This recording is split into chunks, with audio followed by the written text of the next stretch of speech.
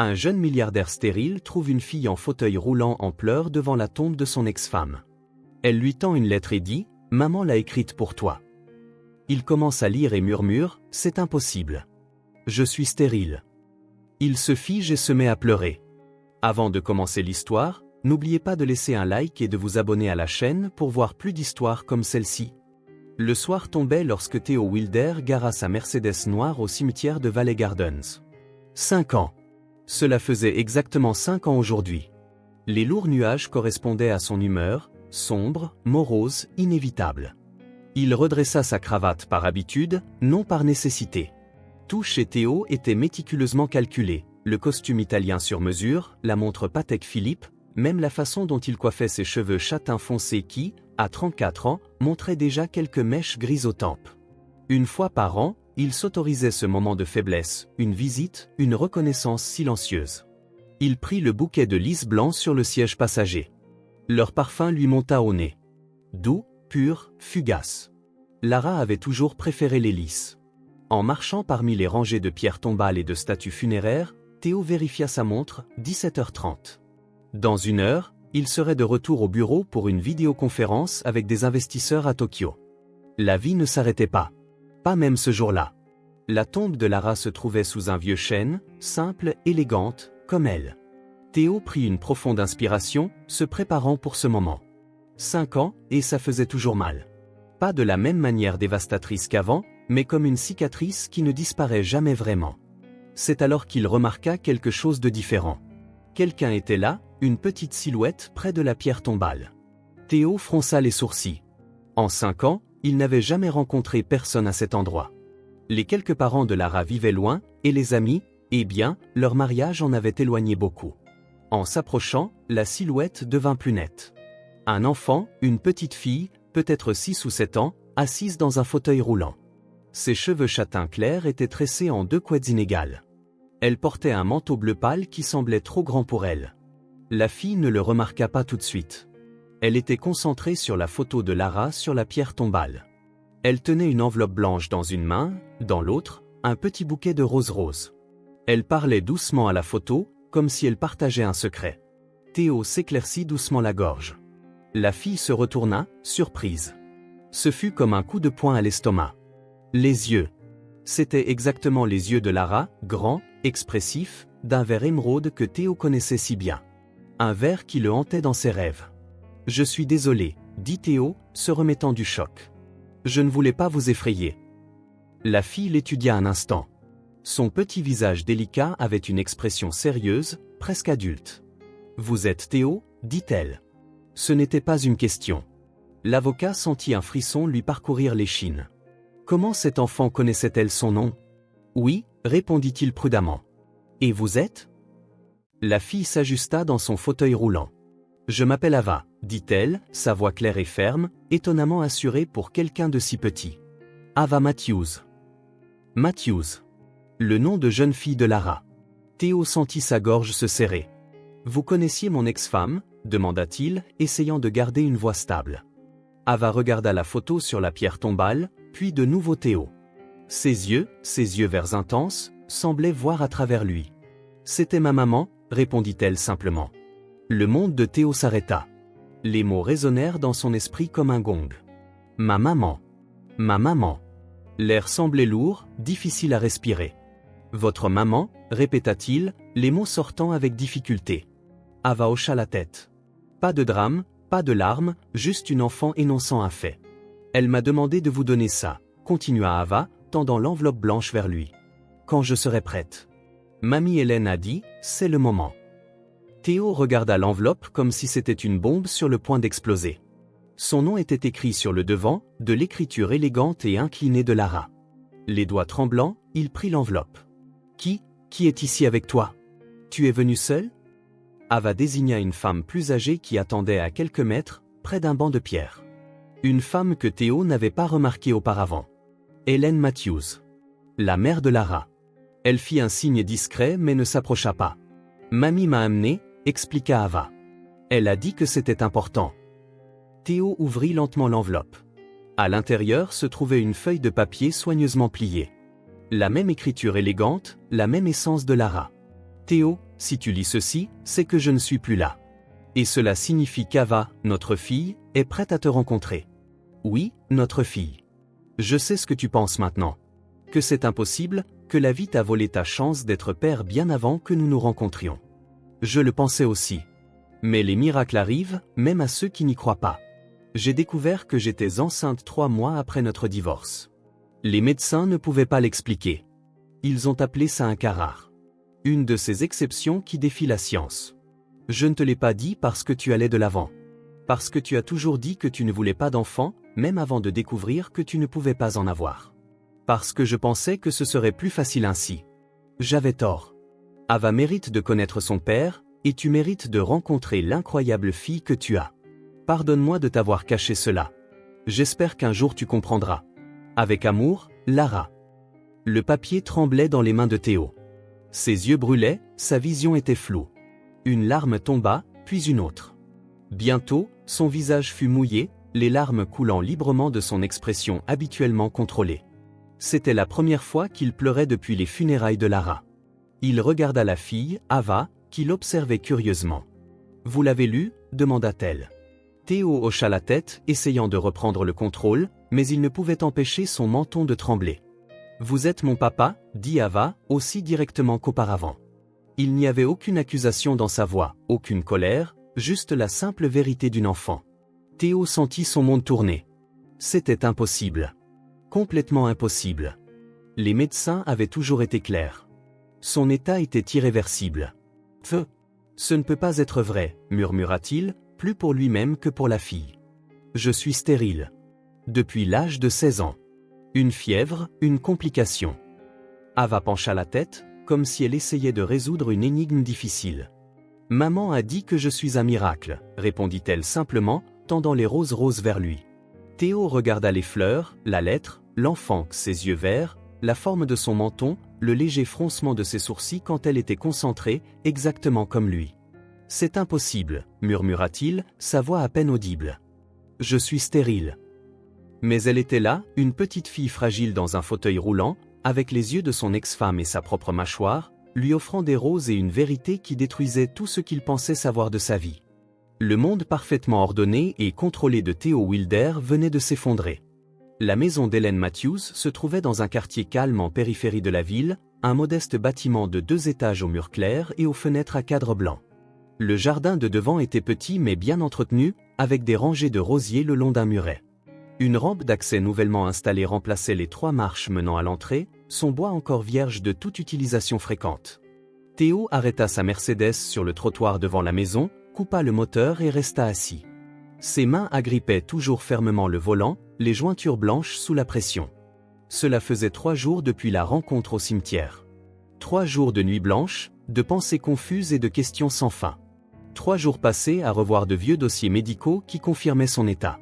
Stérilité, un diagnostic définitif depuis l'âge de 16 ans, résultat d'un rhumatisme articulaire aigu compliqué.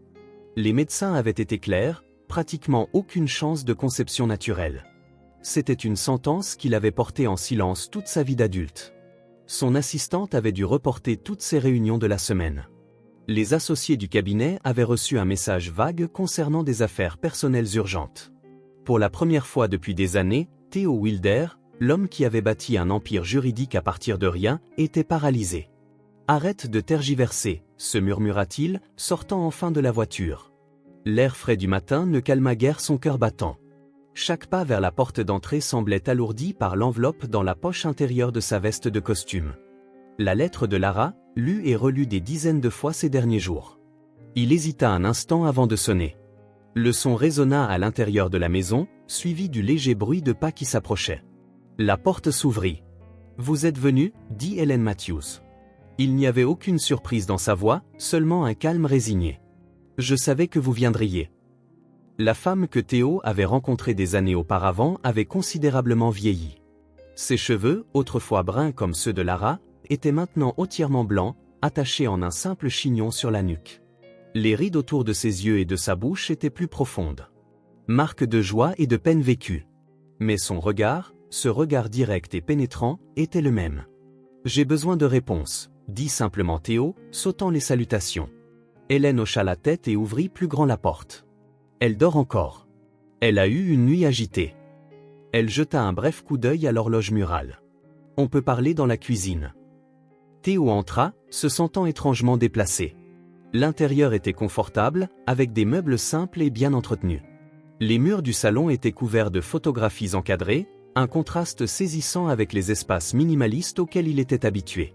Son regard fut immédiatement attiré par une grande photo au-dessus de la cheminée, Lara souriante, tenant un bébé dans ses bras. Le nouveau-né était enveloppé dans une couverture jaune, seul le minuscule visage visible, les yeux clos dans le sommeil. Lara regardait l'appareil photo avec une expression que Théo n'avait jamais vue auparavant, un mélange d'épuisement et de joie absolue. Son cœur manqua un battement. C'était Ava, sa fille. Peut-être. La possibilité semblait encore surréaliste. La cuisine était petite mais accueillante. Une table ronde en bois sombre au centre avec 4 chaises. Des rideaux jaunes filtraient la lumière à travers les fenêtres. Sur le réfrigérateur, maintenu par des aimants colorés, se trouvait le dessin d'une enfant représentant une fille aux cheveux bruns et un grand homme en costume, tous deux souriant avec un grand cœur rouge entre eux. Hélène remarqua son regard fixé sur le dessin et commenta tout en préparant le café, « Elle a dessiné ça hier soir. Elle a dit qu'elle avait rêvé de vous. » Théo détourna le regard, soudain mal à l'aise. L'idée qu'une enfant qui le connaissait à peine puisse rêver de lui, penser à lui comme à un père, était troublante. Hélène prépara le café en silence, ses gestes précis et familiers. Théo s'assit, observant la femme plus âgée. Lorsqu'elle posa enfin une tasse fumante devant lui et s'assit de l'autre côté de la table, le silence devint trop lourd. « Est-ce vrai » demanda-t-il sans détour. Hélène le regarda droit dans les yeux. « Oui. Ava est votre fille biologique. » Théo secoua lentement la tête. « Impossible. J'ai des rapports médicaux datant de mes 16 ans. La fièvre que j'ai eue, les médecins étaient clairs. Presque aucune chance. » « Presque aucune chance, ce n'est pas la même chose qu'impossible, répondit calmement Hélène. Et pourtant, elle est là. Lara a découvert qu'elle était enceinte 3 mois après le divorce. Elle était aussi choquée que vous l'êtes maintenant. La main de Théo se resserra sur la tasse de café. Pourquoi ne m'a-t-elle pas prévenu? C'était mon droit de savoir. Baisse la voix, avertit Hélène en jetant un coup d'œil vers le couloir. Je ne veux pas qu'Ava se réveille avec des cris. Théo prit une profonde inspiration, essayant de contrôler la colère qui montait en lui. « Pourquoi ne m'a-t-elle pas prévenu » répéta-t-il, plus bas mais non moins intense. Hélène soupira profondément, passant ses doigts sur le bord de sa propre tasse. « Vous étiez déjà séparés, Théo. Le divorce avait été difficile. » « Difficile » Théo laissa échapper un rire sans joie. « C'était l'enfer. Mais ça ne justifie pas de me cacher ma fille. » Lara avait ses raisons, dit Hélène, le ton plus ferme. Vous avez toujours clairement indiqué que vous ne vouliez pas d'enfant. C'était avant que je découvre que je ne pouvais pas en avoir. Même après. Lara m'a raconté la nuit où vous avez reçu les résultats finaux des tests. Elle a dit, vous sembliez presque soulagé. Le souvenir frappa Théo comme un coup de poing. Il avait 25 ans lorsqu'il avait finalement décidé d'enquêter sur les raisons pour lesquelles il n'avait jamais conçu malgré des années sans protection. La confirmation de l'infertilité était venue comme un verdict final. Il se souvenait l'avoir dit à Lara dans la chambre de l'appartement qu'ils partageaient. « Eh bien, au moins maintenant nous savons que nous n'aurons jamais à nous en soucier. » À l'époque, il pensait être fort, pratique. Ce n'était pas du soulagement. C'était une défense, une façon de cacher la douleur. Mais Lara l'avait interprété différemment. « Elle avait tort », murmura-t-il, plus pour lui-même que pour Hélène. Il y eut un moment de silence. Hélène tenait sa tasse de café à 2 mains, comme si elle cherchait de la chaleur, bien que la matinée soit déjà tiède. Quand elle a découvert la grossesse, Lara était confuse, effrayée. Elle a vu 3 médecins différents. Ils ont tous dit la même chose, c'était un de ces cas rares, presque impossible. 1 sur 1 million. Elle marqua une pause, prenant une gorgée de café avant de continuer. Elle a envisagé de vous le dire. Elle a appelé votre bureau 2 fois. La première fois, votre secrétaire a dit que vous étiez en réunion importante.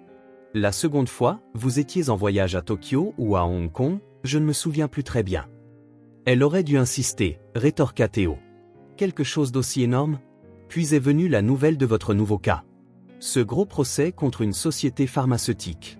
C'était dans tous les journaux. Le jeune avocat prodige qui peut faire tomber un géant. Lara a vu les interviews, les photos. Vous étiez dans votre élément, à votre apogée. Théo se souvenait bien de ce cas. C'était son premier vraiment majeur, celui qui avait fait connaître son nom. Il avait travaillé près de 20 heures par jour pendant 6 mois. C'était le cas qui avait bâti sa réputation et probablement détruit son mariage, bien qu'il ne s'en soit pas rendu compte à l'époque. Et pourtant, elle a choisi de ne pas me le dire. Initialement, oui. Elle pensait que vous n'étiez pas prêt, que vous ne vouliez pas de la responsabilité. Que ce serait un fardeau pour vous. Théo sentit une vague de colère lui monter à la poitrine. Un fardeau? Ma propre fille? Vous construisiez votre empire, Théo. Vous travailliez 18 heures par jour. C'était l'une des raisons du divorce, souvenez-vous? Mariée à un fantôme, disait-elle. Les mots faisaient mal parce qu'ils étaient vrais. Dans les dernières années de leur mariage, Théo rentrait rarement à la maison. Quand il le faisait, il ramenait du travail. Lara avait supplié pour de l'attention, du temps, une connexion. Il promettait toujours que les choses seraient différentes après le prochain gros dossier. Mais il y avait toujours un prochain gros dossier, toujours une autre montagne à gravir. Et ensuite? Demanda-t-il doucement. Quand Ava est née, quand elle a grandi? Hélène se leva et alla vers un tiroir près de l'évier. Elle revint avec une enveloppe épaisse, jaunie par le temps. Lara vous a écrit de nombreuses fois. Des lettres qu'elle n'a jamais envoyées. Elle poussa l'enveloppe vers lui. Parfois, elle conduisait même jusqu'à votre bureau avec Ava dans la voiture. Elle restait assise là, à regarder de loin. Elle n'a jamais eu le courage d'entrer. Théo prit l'enveloppe avec des mains tremblantes. Elle était lourde, remplie de lettres non envoyées, d'années de pensées non partagées. Pourquoi? La peur, surtout. Peur que vous rejetiez Ava. Ou pire, que vous l'acceptiez par obligation, pas par amour. Hélène marqua une pause, regardant ses propres mains. Puis elle est tombée malade. Le cancer a progressé trop vite. Théo sentit une boule dans sa gorge. Lara n'avait que 32 ans quand elle est morte. Si jeune. Et l'accident? Ava a mentionné un accident. L'expression d'Hélène changea, devenant sombre. Une vieille douleur se reflétait dans ses yeux. Elle revenait de l'hôpital après une séance de chimiothérapie. Un conducteur ivre a brûlé un feu rouge. Lara a vu la voiture arriver, a essayé de faire une embardée, mais elle prit une profonde inspiration. Elle a essayé de protéger Ava avec son propre corps. Sa voix faiblit. Elle a sauvé la vie d'Ava, mais Ava a perdu l'usage de ses jambes. Lara ne s'est jamais complètement remise. Le cancer, les blessures de l'accident, c'était trop. Théo ferma les yeux, essayant de tout assimiler. Il imaginait Lara seule, luttant contre le cancer, s'occupant d'une petite enfant paraplégique, sans lui, parce qu'il ne savait pas, parce qu'elle ne lui avait jamais dit. Dans ces derniers mois, continua Hélène, essuyant discrètement une larme, Lara a réalisé qu'elle avait fait une erreur. Qu'Ava avait besoin d'un père. Que vous aviez le droit de la connaître. Elle désigna l'enveloppe. Tout est là. Les dossiers médicaux qui prouvent la grossesse. Des photos de ses premières années. Ainsi que les résultats des tests ADN que Lara a fait avant de mourir. Des tests ADN? Elle savait que vous douteriez. Que vous auriez besoin de preuves. Hélène eut un sourire triste. Ma fille vous connaissait bien, Théo. Avant qu'il ne puisse répondre, ils entendirent un bruit venant du couloir. Le doux roulement de roues sur le parquet. Ava apparut à la porte de la cuisine, encore en pyjama, un ensemble en coton bleu avec de petites étoiles blanches. Ses cheveux étaient en désordre, son visage marqué par les plis de l'oreiller.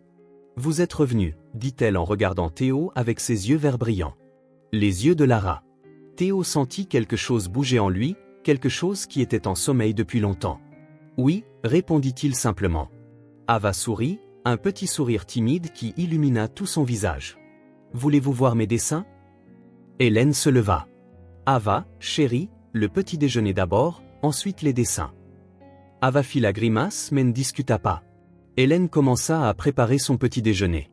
Toast, jus d'orange, une pomme coupée en quartiers. Je peux avoir du café comme vous? Demanda Ava en jetant un coup d'œil à la tasse de Théo. Quand tu auras 18 ans, répondit automatiquement Hélène, comme s'ils avaient eu cette conversation de nombreuses fois. Ava poussa un soupir dramatique. Ça va prendre une éternité. Théo ne put réprimer un petit sourire. La fille avait du caractère. Alors qu'Hélène posait le petit déjeuner d'Ava sur la table, Théo sentit une main sur son bras. Hélène le regardait intensément. Ne faites pas ça à moins d'être sûr, murmura-t-elle pour que lui seul puisse entendre. Elle a déjà trop perdu. N'entrez pas dans sa vie juste pour repartir. Théo comprit l'avertissement. Il regarda Ava, qui grignotait son toast en les observant curieusement, puis l'enveloppe dans ses mains. « J'ai besoin d'être certain, dit-il enfin. J'ai besoin de mon propre test ADN. » Hélène hocha la tête, comme si elle s'y attendait. Compréhensible. « Je peux m'en occuper. » Ava pencha la tête, confuse par la conversation des adultes. « Vous parlez de moi ?» demanda-t-elle, la bouche pleine de toast. « Ava, ne parle pas la bouche pleine », gronda doucement Hélène. La fille déglutit rapidement. « Désolé mamie. Mais vous parlez de moi, n'est-ce pas ?» Théo se leva et s'approcha d'elle, s'agenouillant pour être à sa hauteur. De près, les similitudes étaient encore plus frappantes. La forme de son nez, la ligne de sa mâchoire, même le petit froncement de sourcils quand elle était confuse, des gestes qu'il voyait dans le miroir tous les jours. « Oui, répondit-il honnêtement. Nous parlons de toi. Et de moi. Et de beaucoup de choses compliquées qui se sont passées avant ta naissance. Des trucs d'adulte, dit-elle avec une sagesse au-delà de son âge. Exactement, Théo ne put s'empêcher d'esquisser un petit sourire. Mais je te promets que je reviendrai voir tes dessins. Promis juré ? Ava tendit son petit doigt vers lui, l'air expectant. Théo hésita un instant, puis accrocha son doigt au sien. Promis juré. Le sourire qu'Ava lui adressa ressemblait à un rayon de soleil après une tempête. Une semaine plus tard, Théo était assis dans son bureau au 40e étage d'un immeuble en verre miroir dans le centre-ville. L'endroit qui avait toujours été son sanctuaire, son centre de pouvoir, semblait différent maintenant. Plus froid, plus vide. Le soleil de l'après-midi filtrait à travers les fenêtres, projetant des motifs lumineux sur le sol en marbre sombre. Sur le bureau en verre trempé, parfaitement organisé comme toujours, se trouvait une enveloppe blanche.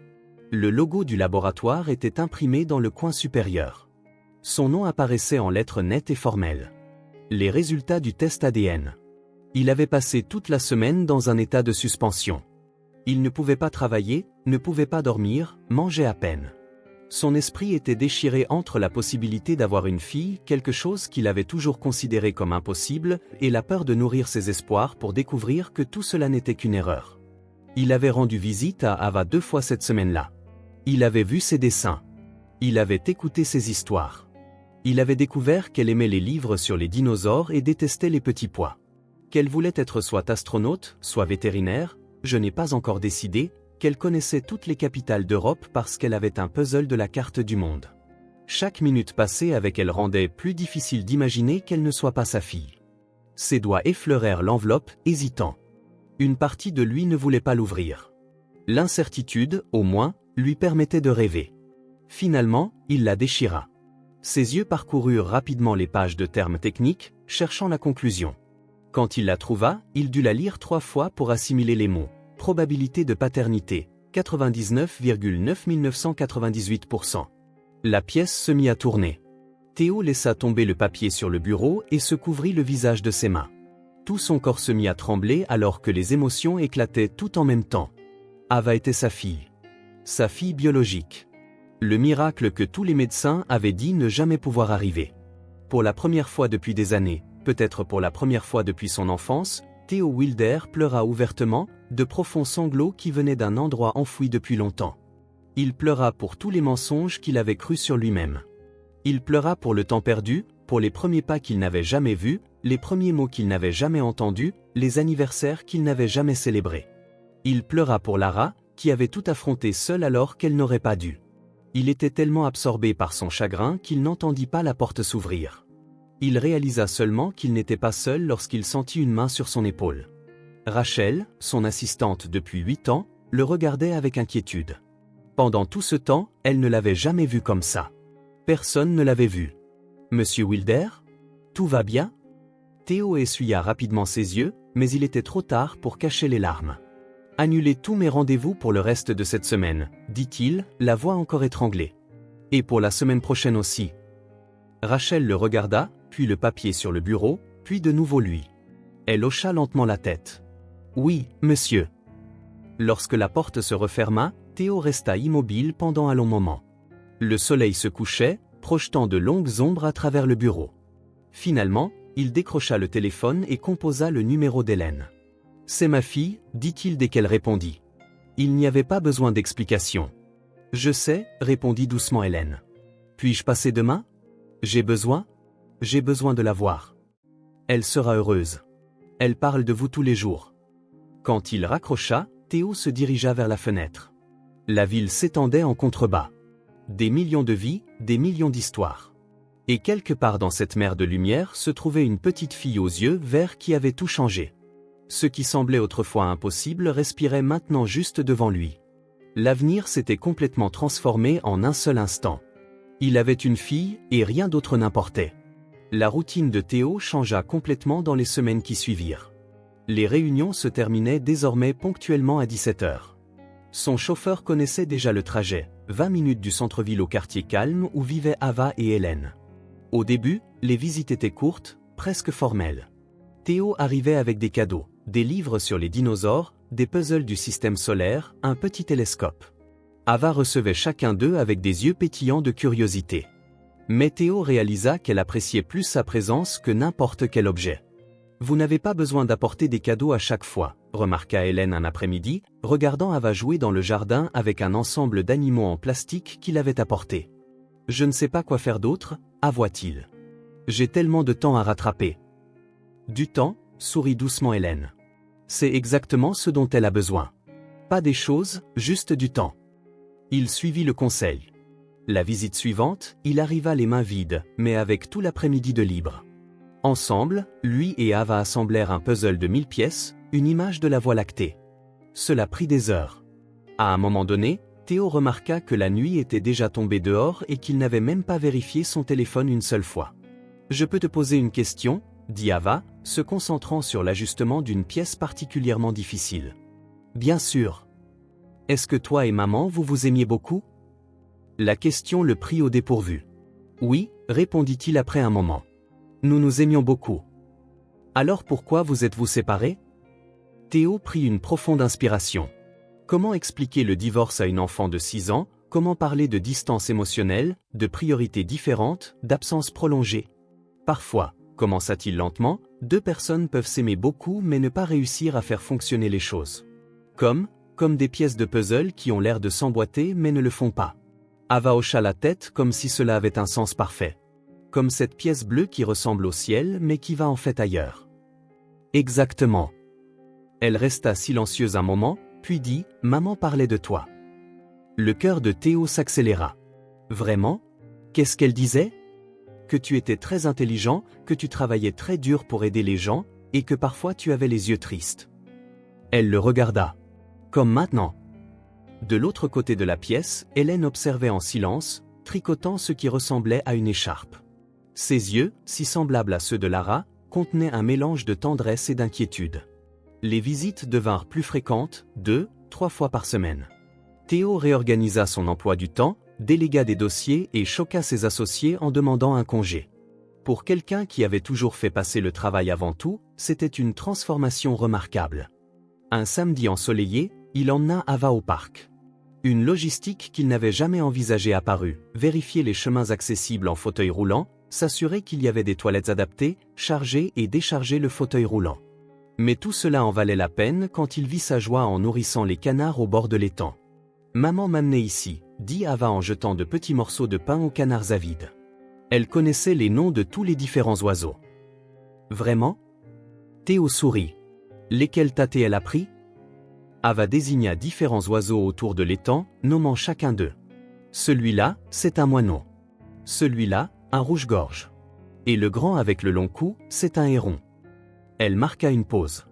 Maman disait que les oiseaux sont comme de petits anges, des espions du ciel. Théo sentit une boule dans sa gorge. C'était exactement le genre de choses que Lara dirait. Poétique, imaginatif, rempli de magie.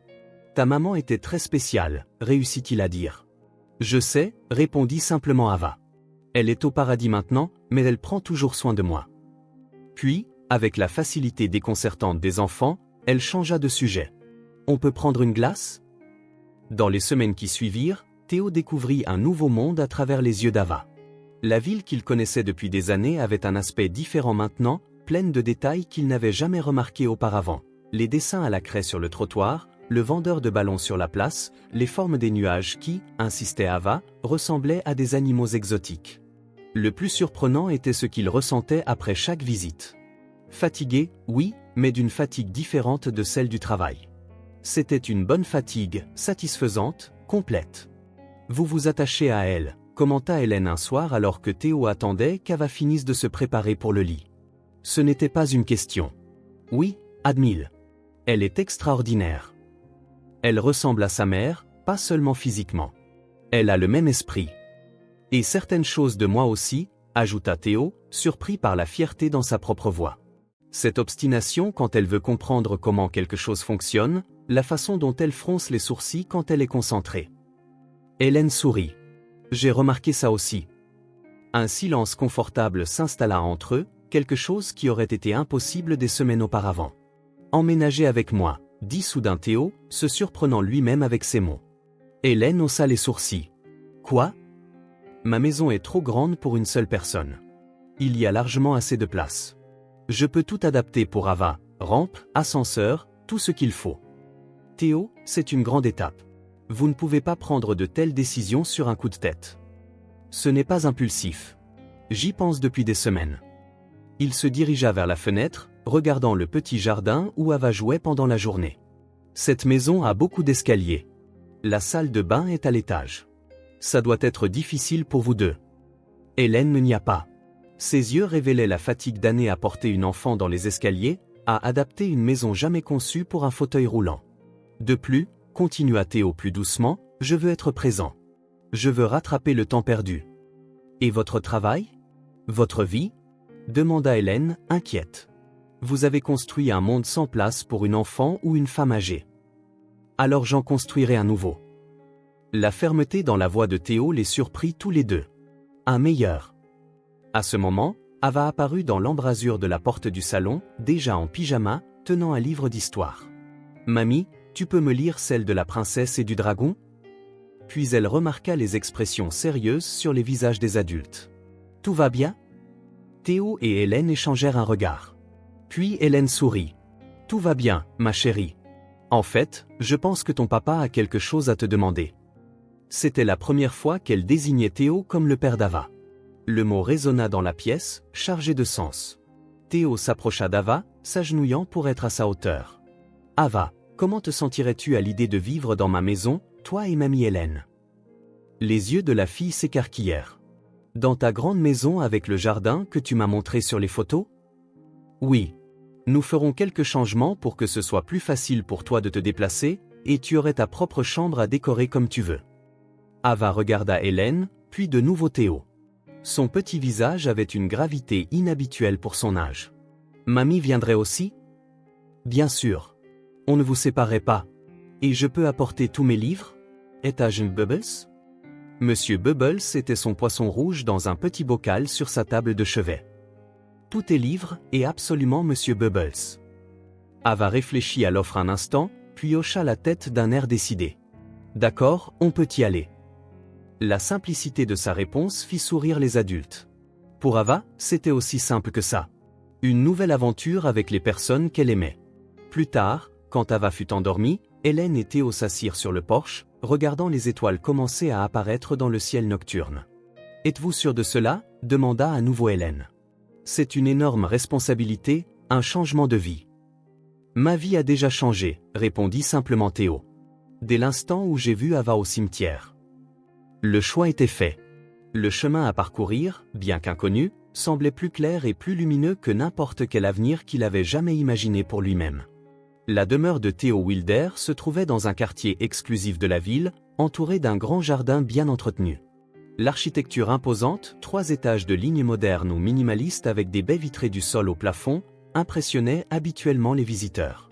C'était le genre de résidence présentée dans les magazines de design, un symbole parfait de succès, de sophistication et de solitude. Pendant les 5 années où il y avait vécu, Théo ne l'avait jamais appelé « chez moi ». C'était juste « la maison », une adresse où retourner après de longues heures au cabinet. Les meubles élégamment chers étaient rarement utilisés. La cuisine gastronomique ne servait qu'à réchauffer des plats préparés. Les multiples chambres d'amis n'accueillaient jamais de visiteurs. Maintenant, tout était sur le point de changer. « Nous avons beaucoup de travail à faire », dit Théo à l'architecte alors qu'il parcourait le rez-de-chaussée.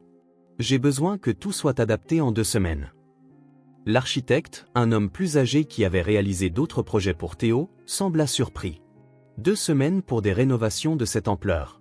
L'argent n'est pas un problème, répondit simplement Théo. Engagez autant d'équipes que nécessaire.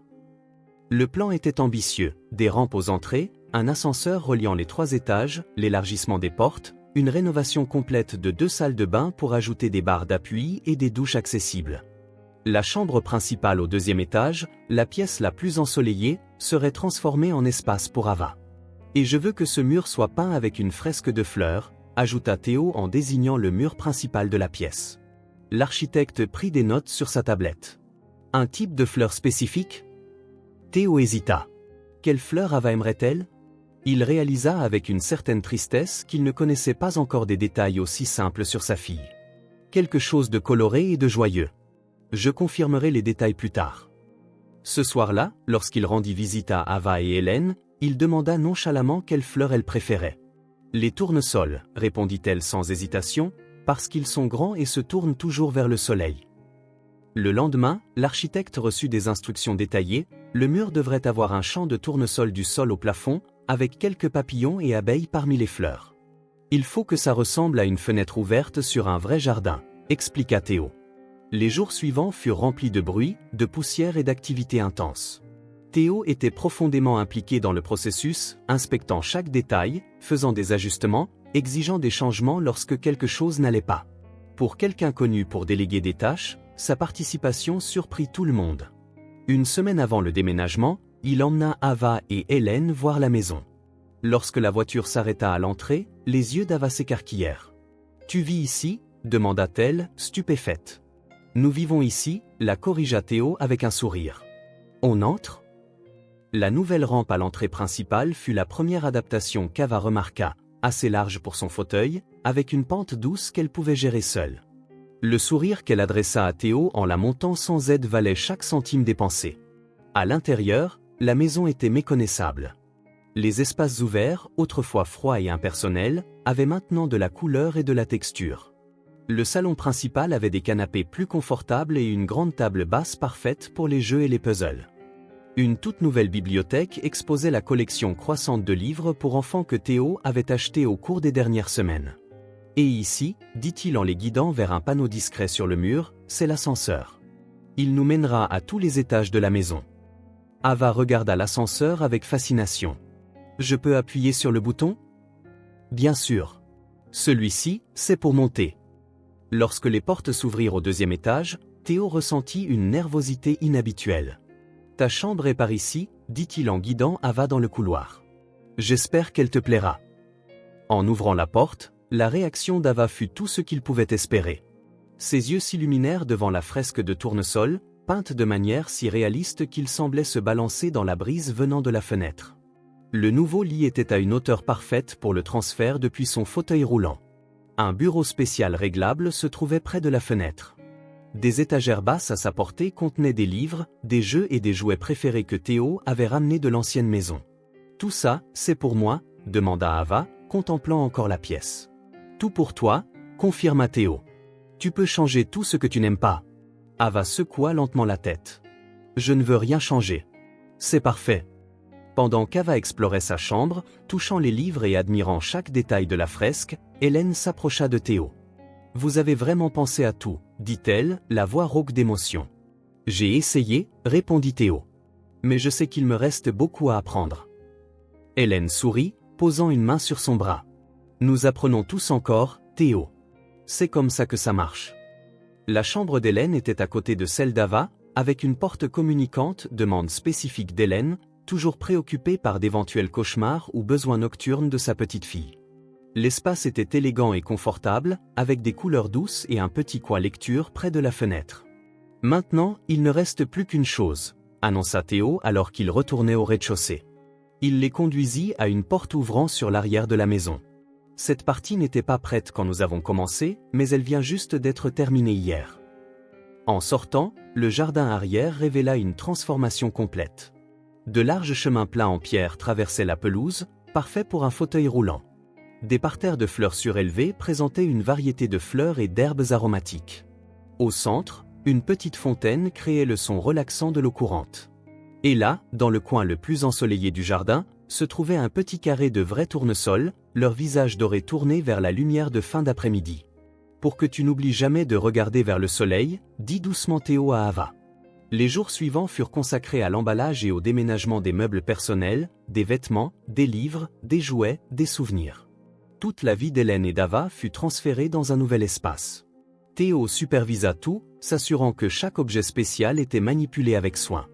Le premier soir officiel dans la nouvelle maison, ils s'assirent ensemble pour dîner. La table de la salle à manger, que Théo n'avait auparavant utilisée que pour étaler des documents lorsqu'il travaillait à la maison, servait maintenant son objectif initial. Hélène avait préparé le repas, insistant sur le fait que c'était sa contribution à ce nouveau chapitre. Ava bavardait sur tous ses projets pour sa nouvelle chambre, le jardin, les livres qu'elle voulait lire. Son excitation était contagieuse. Hélène ajoutait des commentaires occasionnels, semblant plus à l'aise dans le nouvel environnement. Théo observait tout cela avec une étrange sensation dans la poitrine. Cette table n'avait jamais été témoin de telles conversations. Ces murs n'avaient jamais résonné du rire d'un enfant. Pour la première fois depuis qu'il avait acheté cette imposante demeure, Théo se sentait vraiment chez lui. Ce n'était ni l'adresse, ni les meubles chers, ni l'architecture primée qui en faisait un foyer. C'étaient ses voix, ses rires, ses projets partagés, cette famille. La maison, autrefois froide et vide, prenait enfin vie. Les jours dans la nouvelle maison se transformèrent rapidement en semaines. Une routine s'installa, petit déjeuner ensemble avant que Théo ne parte au bureau, dîner en famille, histoire au coucher. Hélène gérait la maison pendant la journée tandis qu'Ava fréquentait une nouvelle école à proximité, mieux équipée pour les enfants ayant des besoins spéciaux. Pour la première fois de sa vie d'adulte, Théo quittait le travail à l'heure. Ses associés ne commentaient plus son nouvel emploi du temps. Son regard déterminé lorsqu'il avait annoncé avoir besoin de plus de flexibilité avait suffi à faire taire toute question. Un dimanche après-midi, pendant qu'Hélène se reposait, Théo et Ava étaient dans le jardin. Il avait installé une table spéciale pour qu'elle puisse planter ses propres graines. Ava portait des gants de jardinage colorés, plaçant soigneusement des graines de tournesol dans des pots. Comme ça, ils seront plus petits que ceux-là, expliqua-t-elle en désignant les grands tournesols dans le coin du jardin. Et je pourrais les garder dans ma chambre. Théo observait, fasciné par le sérieux avec lequel la fille abordait la tâche. Ses mouvements étaient précis, ses petites mains travaillant avec soin pour ne gaspiller aucune graine. « Tu aimes vraiment les plantes, hein » demanda-t-il en l'aidant à arroser les graines fraîchement plantées. « Oui, maman m'a appris, » dit-elle. « Les plantes sont comme les gens. Elles ont besoin d'amour et de patience pour bien pousser. » Le cœur de Théo se serra, comme toujours quand Ava mentionnait Lara. C'était un mélange de tristesse face à la perte et de gratitude que Lara ait été une mère si présente, que son influence vive dans les souvenirs de sa fille. « Ta maman était une femme très spéciale, » dit-il doucement. Ava hocha la tête, tassant la terre autour d'une des graines. Elle me chantait des chansons tous les soirs. Et elle connaissait des histoires sur toutes les constellations. Un silence confortable s'étira entre eux, seulement brisé par le chant lointain des oiseaux et le bruissement des feuilles. Théo réalisa que malgré les semaines passées ensemble, il y avait encore tant de choses qu'il ne savait pas sur Ava, sur sa vie avant lui. « Ava » commença-t-il en choisissant soigneusement ses mots. « Je peux te poser une question ?» « Bien sûr » répondit-elle sans lever les yeux de son travail. « Comment s'est passé l'accident, celui qui t'a obligé à utiliser un fauteuil roulant ?» Les petites mains d'Ava se figèrent un instant. Elle garda la tête baissée, les yeux fixés sur les pots de fleurs devant elle. Théo regretta immédiatement d'avoir demandé. Était-ce trop tôt, trop insensible ? Tu n'es pas obligé d'en parler si tu ne veux pas, ajouta-t-il rapidement. Non, ça va, répondit Ava, sa voix petite mais ferme. Finalement, elle leva les yeux vers Théo. C'est arrivé quand j'avais 3 ans. Elle retira ses gants, les posant soigneusement sur la table. Ses mains maintenant libres commencèrent à tripoter l'ourlet de son t-shirt, un geste que Théo reconnaissait comme un signe qu'elle était nerveuse. On a eu un accident de voiture. Maman me ramenait de l'hôpital. L'hôpital ? Demanda doucement Théo. Elle suivait un traitement pour le cancer. Ava prononça le mot avec précaution, comme quelque chose qu'elle avait appris à dire mais ne comprenait pas entièrement. Il pleuvait très fort. Une voiture est arrivée très vite et a heurté la nôtre. Ses yeux verts, si semblables à ceux de Lara, devinrent distants, comme si elle voyait quelque chose au-delà du jardin ensoleillé. Maman a essayé de me protéger avec son corps. Je me souviens qu'elle a crié mon nom et s'est jetée sur moi. Théo sentit sa gorge se serrer. L'image de Lara, malade, essayant de protéger leur petite fille avec son propre corps, était dévastatrice. Je me suis réveillé à l'hôpital, et elle n'est jamais revenue. La voix d'Ava vacilla légèrement, mais il n'y avait pas de larmes dans ses yeux. Théo réalisa qu'elle avait probablement raconté cette histoire auparavant, plusieurs fois, traitant le traumatisme jusqu'à pouvoir en parler sans s'effondrer. Les médecins ont dit que je ne remarcherai jamais. Mes jambes n'écoutent plus mon cerveau. Elle le dit avec une simplicité qui brisa le cœur de Théo. Si jeune pour comprendre des réalités aussi permanentes, définitives. Mais ensuite, à sa grande surprise, Ava sourit. Un petit sourire, mais sincère. Mamie a dit que maintenant je marche sur des roues, comme un vélo magique. Que je peux aller plus vite que n'importe qui si je veux.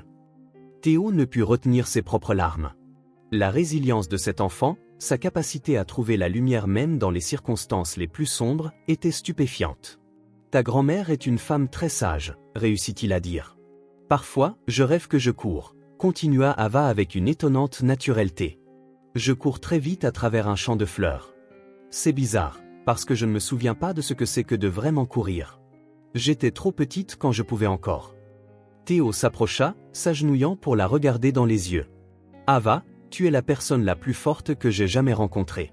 Tu le savais? Elle fronça les sourcils, confuse. Mais je suis petite, et il y a plein de choses que je ne peux pas faire toute seule. La force, ce n'est pas seulement les muscles ou faire tout toute seule, expliqua Théo. C'est la façon dont on affronte les choses difficiles, comment on continue même quand c'est douloureux. Ava réfléchit à cela un instant. Comme toi quand tu as découvert pour moi? Mamie a dit que c'était difficile pour toi d'y croire. Théo sourit à nouveau, émerveillé par sa perspicacité. Exactement. C'était très difficile pour moi. Mais tu as rendu les choses plus faciles. Tu sais, ton sourire, ton courage. Ava tendit la main, avec une tendresse surprenante, essuya une larme qui roulait sur la joue de Théo. Le geste, si adulte venant d'une si petite enfant, fit couler d'autres larmes. Ne sois pas triste, dit-elle. Maman disait toujours que ce souvenir d'elle devait apporter de la joie, pas de la tristesse. Et maintenant, je t'ai toi et mamie, et une nouvelle maison, et des tournesols. Théo prit une inspiration tremblante, essayant de reprendre le contrôle. Cet enfant, sa fille, ne cessait de l'étonner par sa sagesse et sa capacité à vivre vraiment malgré tout ce qu'elle avait perdu. Tu as raison, dit-il enfin. Et tu sais quoi? Peut-être qu'on peut planter plus de fleurs ici. Peut-être un parterre entier, comme dans ta chambre. Le visage d'Ava s'illumina. On peut? Toutes les couleurs différentes? Toutes les couleurs du monde. Et je peux aider à les choisir? Bien sûr. Tu seras la conceptrice en chef du jardin. Ava rit, un son que Théo apprenait rapidement à chérir comme l'un des plus précieux au monde. Elle se retourna vers les pots de graines, expliquant exactement combien de soleil et d'eau chacun aurait besoin. En la regardant, Théo fit une promesse silencieuse. Il ne pouvait pas changer le passé. Il ne pouvait pas ramener la mère d'Ava ni sa capacité à marcher. Mais il pouvait s'assurer que son avenir serait aussi brillant que possible, qu'elle ne manquerait plus jamais d'amour, de sécurité ou d'opportunité. Depuis la fenêtre de la cuisine, inaperçue d'eux, Hélène observait la scène. Elle vit les larmes de Théo, le geste doux d'Ava, la conversation sérieuse suivie de sourires. Quand elle les vit rire ensemble devant les pots, elle sentit une paix qu'elle n'avait pas connue depuis des années. Enfin, Lara pouvait reposer en paix. Sa fille était entre de bonnes mains. La décision de Théo d'enregistrer officiellement Ava comme sa fille vint naturellement. Après 2 mois de vie commune, leur lien se renforçait chaque jour. La connexion, initialement fragile, était maintenant solide, aussi réelle que le sang qu'ils partageaient. Hélène aborda le sujet en premier pendant le dîner. « Avez-vous pensé à la question du nom ?» demanda-t-elle nonchalamment en versant plus de jus pour Ava. Théo fronça les sourcils. « Quel problème ?» Le nom de famille, expliqua Hélène. Ava porte le nom de sa mère, Matthews. Mais maintenant qu'elle vit avec vous, je peux changer mon nom? L'interrompit Ava, les yeux verts écarquillés à cette possibilité. Théo la regarda, réalisant que c'était un sujet important. Oui, tu peux, si tu veux. On pourrait ajouter mon nom de famille au tien. Je serais Ava Matthews Wilder? Elle testa les mots, souriant en les entendant. Exactement. Ou juste Ava Wilder, si tu préfères. La fille réfléchit aux options avec sérieux. Je crois que je veux les deux. Pour avoir un peu de maman et un peu de toi. Une boule se forma dans la gorge de Théo. Cette sensibilité, cette compréhension profonde de l'importance des noms et de ce qu'ils représentaient. Extraordinaire pour quelqu'un de si jeune. Ava Matthews Wilder, acquiesça-t-il. Ça sonne parfaitement. Mais le processus n'était pas aussi simple que d'ajouter un nom. En tant qu'avocat, Théo connaissait les procédures légales requises, reconnaissance formelle de paternité, puis modification de l'acte de naissance, documents, signature, bureaucratie. Ce même soir, après qu'Ava fut couché, Théo appela Martin Grieve, un collègue de son cabinet spécialisé en droit de la famille. Il expliqua toute l'histoire, la découverte tardive de la paternité, les tests ADN, le déménagement récent. « Je veux que ce soit fait le plus tôt possible », conclut-il. « Je veux que tout soit légalement reconnu. Aucun doute sur mes droits en tant que père. » Martin, qui connaissait Théo depuis des années, ne put cacher sa surprise. Le Théo Wilder qu'il connaissait était un homme entièrement dévoué à sa carrière, sans place pour des relations sérieuses, et encore moins pour des enfants. « Je m'en occupe personnellement », assura-t-il. Compte tenu des circonstances et du test ADN positif, nous ne devrions pas rencontrer de complications. Partagez-vous actuellement la garde avec la grand-mère maternelle? Oui, Hélène et moi partageons les responsabilités. Elle a été incroyable. Théo marqua une pause. Je veux qu'elle reste tutrice légale avec moi. C'est important pour Ava. Compris. Je préparerai toute la documentation. Si tout se passe bien, nous pouvons finaliser cela en 2 semaines. La bureaucratie alla plus vite que prévu, grâce à l'influence de Théo et à l'efficacité de Martin. En 10 jours, tous les documents étaient prêts pour les signatures finales au bureau d'état civil. Le matin du grand jour, Ava était particulièrement excitée. Elle choisit sa robe préférée, bleue avec de petites étoiles blanches, et demanda à Hélène des tresses élaborées. « Je dois être jolie pour devenir une Wilder », expliqua-t-elle sérieusement. Théo, qui portait des costumes impeccables tous les jours, passa plus de temps sur son apparence ce matin-là. Il choisit une cravate bleue assortie à la robe d'Ava, un détail qu'elle remarqua immédiatement et approuva avec un sourire éclatant. Au bureau d'état civil, Martin attendait près de l'entrée, un dossier de documents à la main. Il salua Théo formellement mais se pencha pour parler à Ava à sa hauteur. « Alors, c'est vous la fameuse Ava? Votre père n'arrête pas de parler de vous au bureau. » Ava regarda Théo, à la fois surprise et ravie par l'information. « Vraiment ?» Théo sentit ses oreilles chauffer. C'était vrai.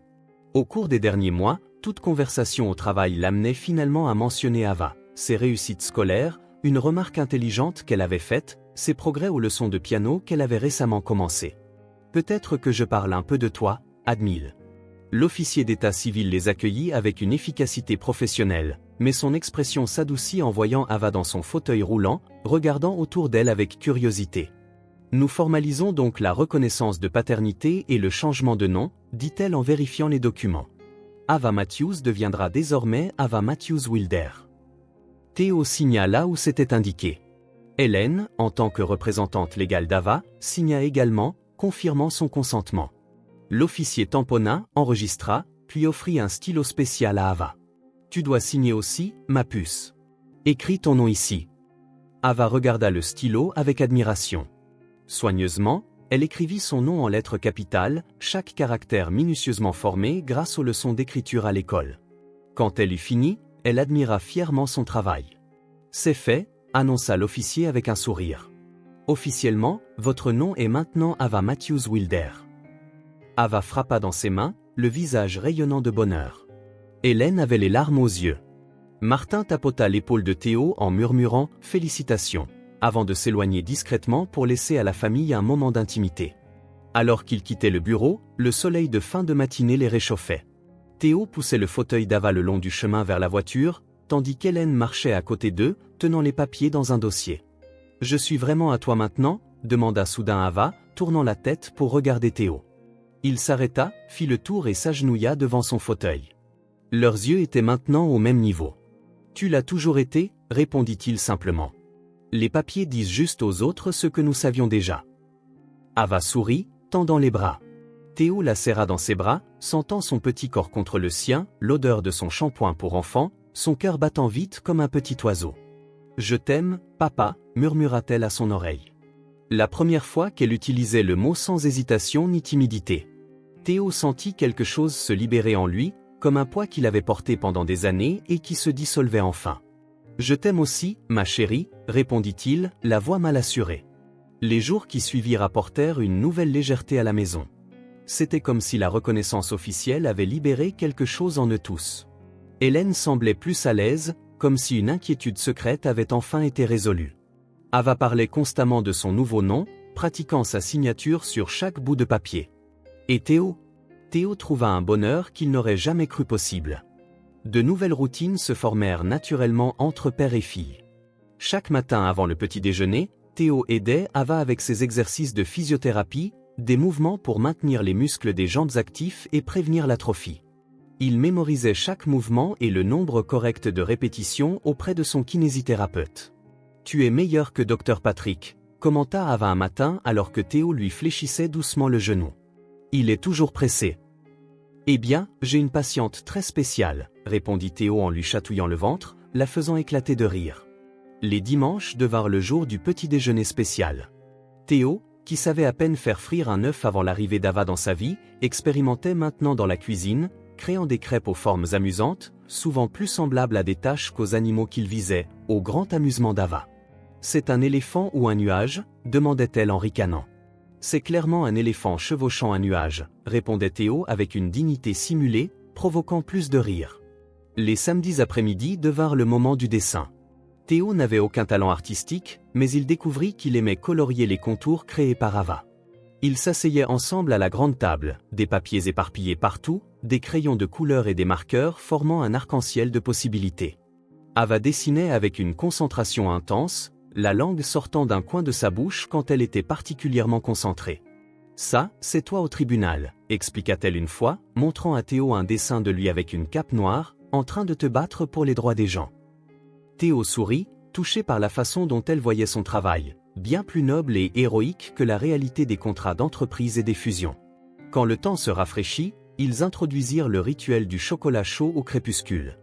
Hélène avait une recette spéciale avec de la cannelle et une touche de vanille. Ils s'asseyaient sur le porche couvert, regardant la pluie ou le vent dans les arbres tout en se réchauffant les mains autour de tasses fumantes. Ava racontait sa journée d'école, ses nouveaux amis, ce qu'elle avait appris. Parfois, elle posait des questions sur Lara, de petites choses comme sa couleur préférée ou si elle aimait chanter. Théo et Hélène répondaient honnêtement, gardant sa mémoire vivante sans la transformer en un fantôme triste. Les soirées étaient consacrées à l'heure du conte. Théo découvrit un talent pour inventer des histoires fantastiques, aventures de princesses en fauteuil roulant qui sauvaient des royaumes entiers, scientifiques qui découvraient des planètes lointaines, animaux magiques qui parlaient secrètement seulement aux enfants spéciaux. « Encore une ?» demandait toujours Ava, même lorsque ses yeux étaient déjà lourds de sommeil. « Demain » promettait Théo en lui embrassant le front. « Rêve de l'histoire de ce soir, et demain nous en aurons une nouvelle. » Au travail, les collègues remarquèrent le changement chez Théo. L'homme qui arrivait le premier et partait le dernier, qui vivait pour les dossiers et les clients, avait maintenant des limites strictes. Il partait à l'heure, refusait les réunions à certaines heures et quittait tous les événements sociaux. « J'ai un engagement plus important », disait-il simplement lorsqu'on lui demandait. Certains clients se plaignirent de sa disponibilité réduite. Théo ne s'en formalisa pas. Il délégua plus de dossiers. Forma son équipe à gérer des responsabilités qu'il monopolisait autrefois. Son efficacité, étonnamment, s'améliora. Le temps limité l'obligeait à être plus concentré et productif. Un après-midi particulièrement stressant au bureau, empêtré dans un dossier compliqué et des clients exigeants, Théo reçut un appel d'Hélène. « Ava veut te parler », dit-elle. « Ce n'est rien d'urgent. Elle est juste excitée de partager quelque chose. » La voix d'Ava éclata au bout du fil, excitée. « Papa, devine quoi? J'ai gagné le concours d'écriture à l'école. La maîtresse a dit que je recevrais un trophée vendredi. Tu peux venir ? » Le stress de la journée fondit instantanément. « Je ne manquerai ça pour rien au monde, » promit Théo. Quel était le thème ? « Mon héros », répondit Ava. « J'ai écrit sur toi. Je t'ai appelé mon avocat du cœur. » Quelque chose se brisa et se réassembla à l'intérieur de Théo à cet instant. « Avocat du cœur ? Oui, parce que tu défends les gens au tribunal, mais tu prends aussi soin de mon cœur. » La maîtresse a trouvé ça beau. Elle a dit que c'était très créatif. Quand l'appel se termina, Théo resta un long moment près de la fenêtre du bureau. Le soleil se couchait sur la ville, baignant les bâtiments d'une lumière dorée. En bas, les gens se dépêchaient de rentrer chez eux après une longue journée, portant des mallettes, parlant au téléphone, vivant leur vie affairée.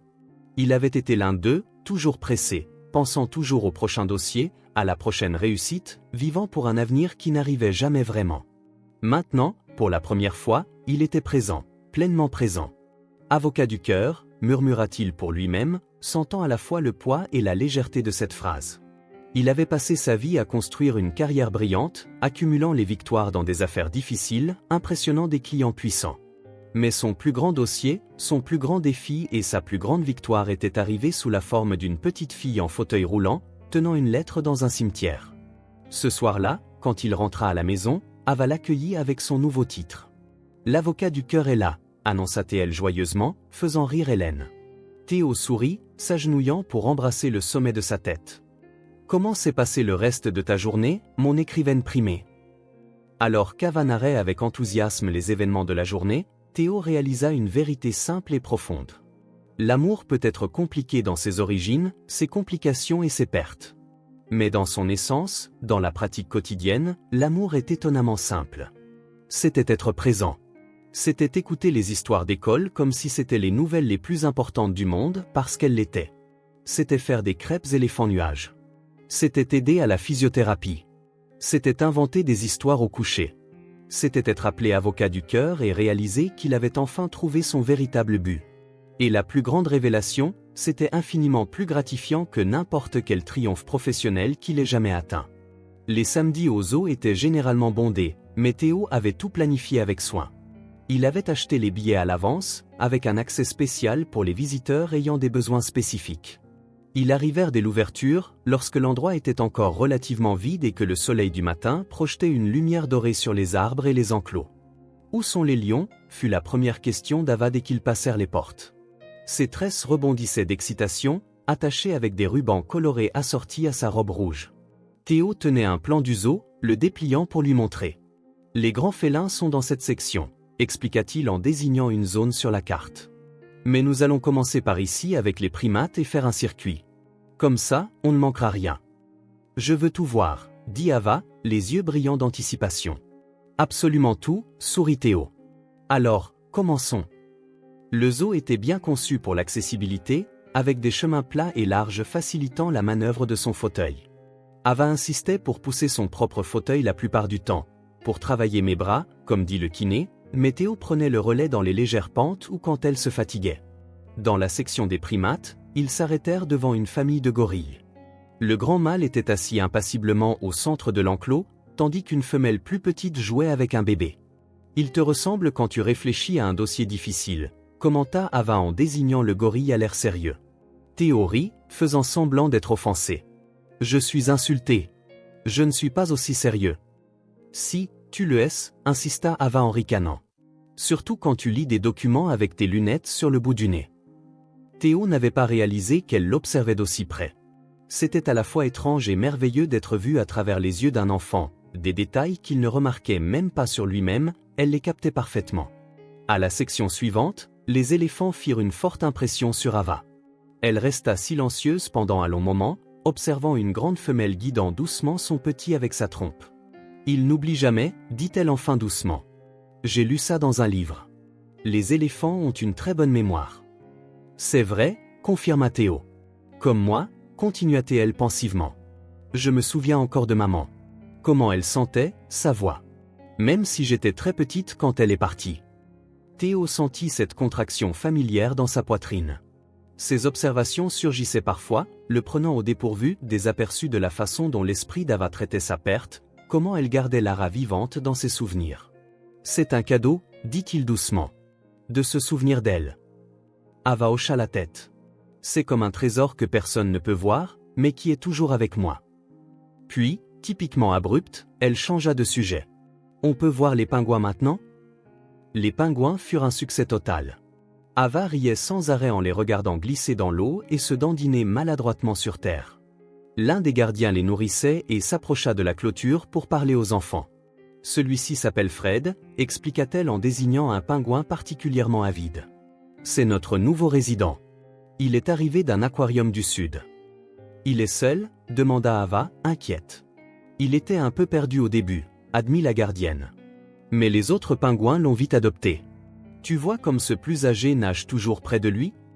Ava observait, fascinée, le pingouin plus âgé qui semblait veiller sur le nouveau venu. Comme une famille, murmura-t-elle. Ils déjeunèrent au restaurant du zoo, qui avait des tables spécialement conçues pour accueillir les fauteuils roulants. Ava dévora son sandwich tout en racontant à Théo un projet scolaire sur les animaux en voie de disparition. J'ai choisi le rhinocéros blanc du Nord, expliqua-t-elle entre deux bouchées. Il n'en reste que 2 dans le monde entier, et ce sont 2 femelles, alors ils ne peuvent pas avoir de bébé. C'est vraiment triste, acquiesça Théo.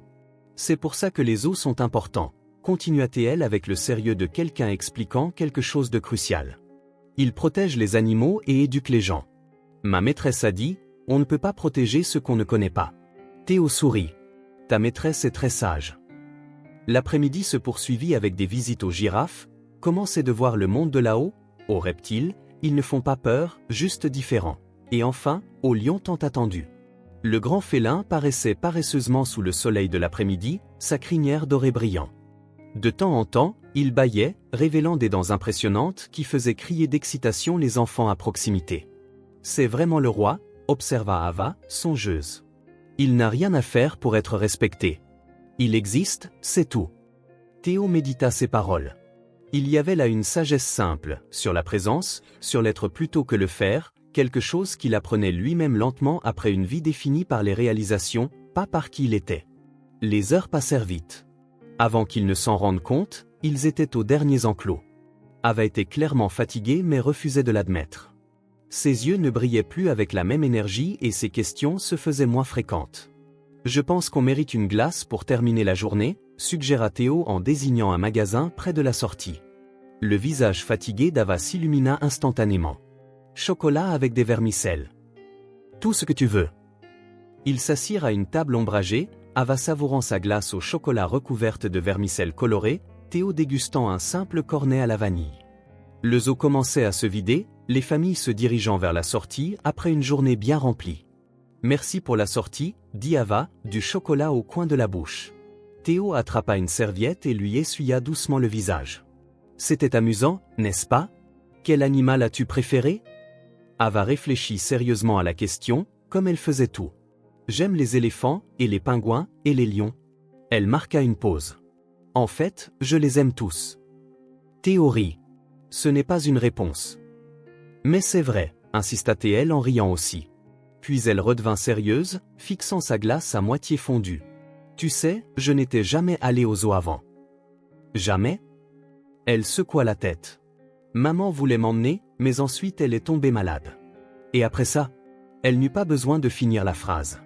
Théo ressentit ce mélange familier de tristesse et de gratitude. Tristesse pour les expériences que Lara n'avait jamais pu partager avec sa fille. Gratitude qu'il puisse être là pour les lui offrir maintenant. Ava le regarda, ses yeux verts soudain timides sous ses longs cils. Elle se mordit la lèvre, comme elle le faisait souvent lorsqu'elle rassemblait le courage de dire quelque chose d'important. Papa, commença-t-elle, les mots sonnant encore nouveaux et précieux de sa bouche. Aujourd'hui, c'était le meilleur jour de ma vie. Théo se figea, sa cuillère suspendue à mi-chemin de sa bouche. Ces mots simples, prononcés avec une telle sincérité, traversèrent toutes ses défenses comme rien ne l'avait fait auparavant. Le meilleur jour de toute sa vie, grâce à lui. Il sentit quelque chose de chaud et de liquide monter dans sa poitrine, grimper dans sa gorge, presser derrière ses yeux. Il essaya de parler mais ne trouva pas de mots. Au lieu de cela, il posa la cuillère, tendit la main par-dessus la table et prit doucement la petite main d'Ava dans la sienne.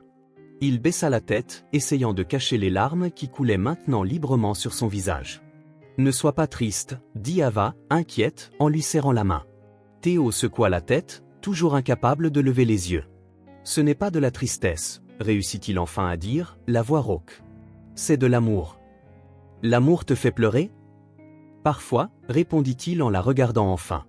Quand il est trop grand pour tenir à l'intérieur. Ava réfléchit à cela, puis sourit.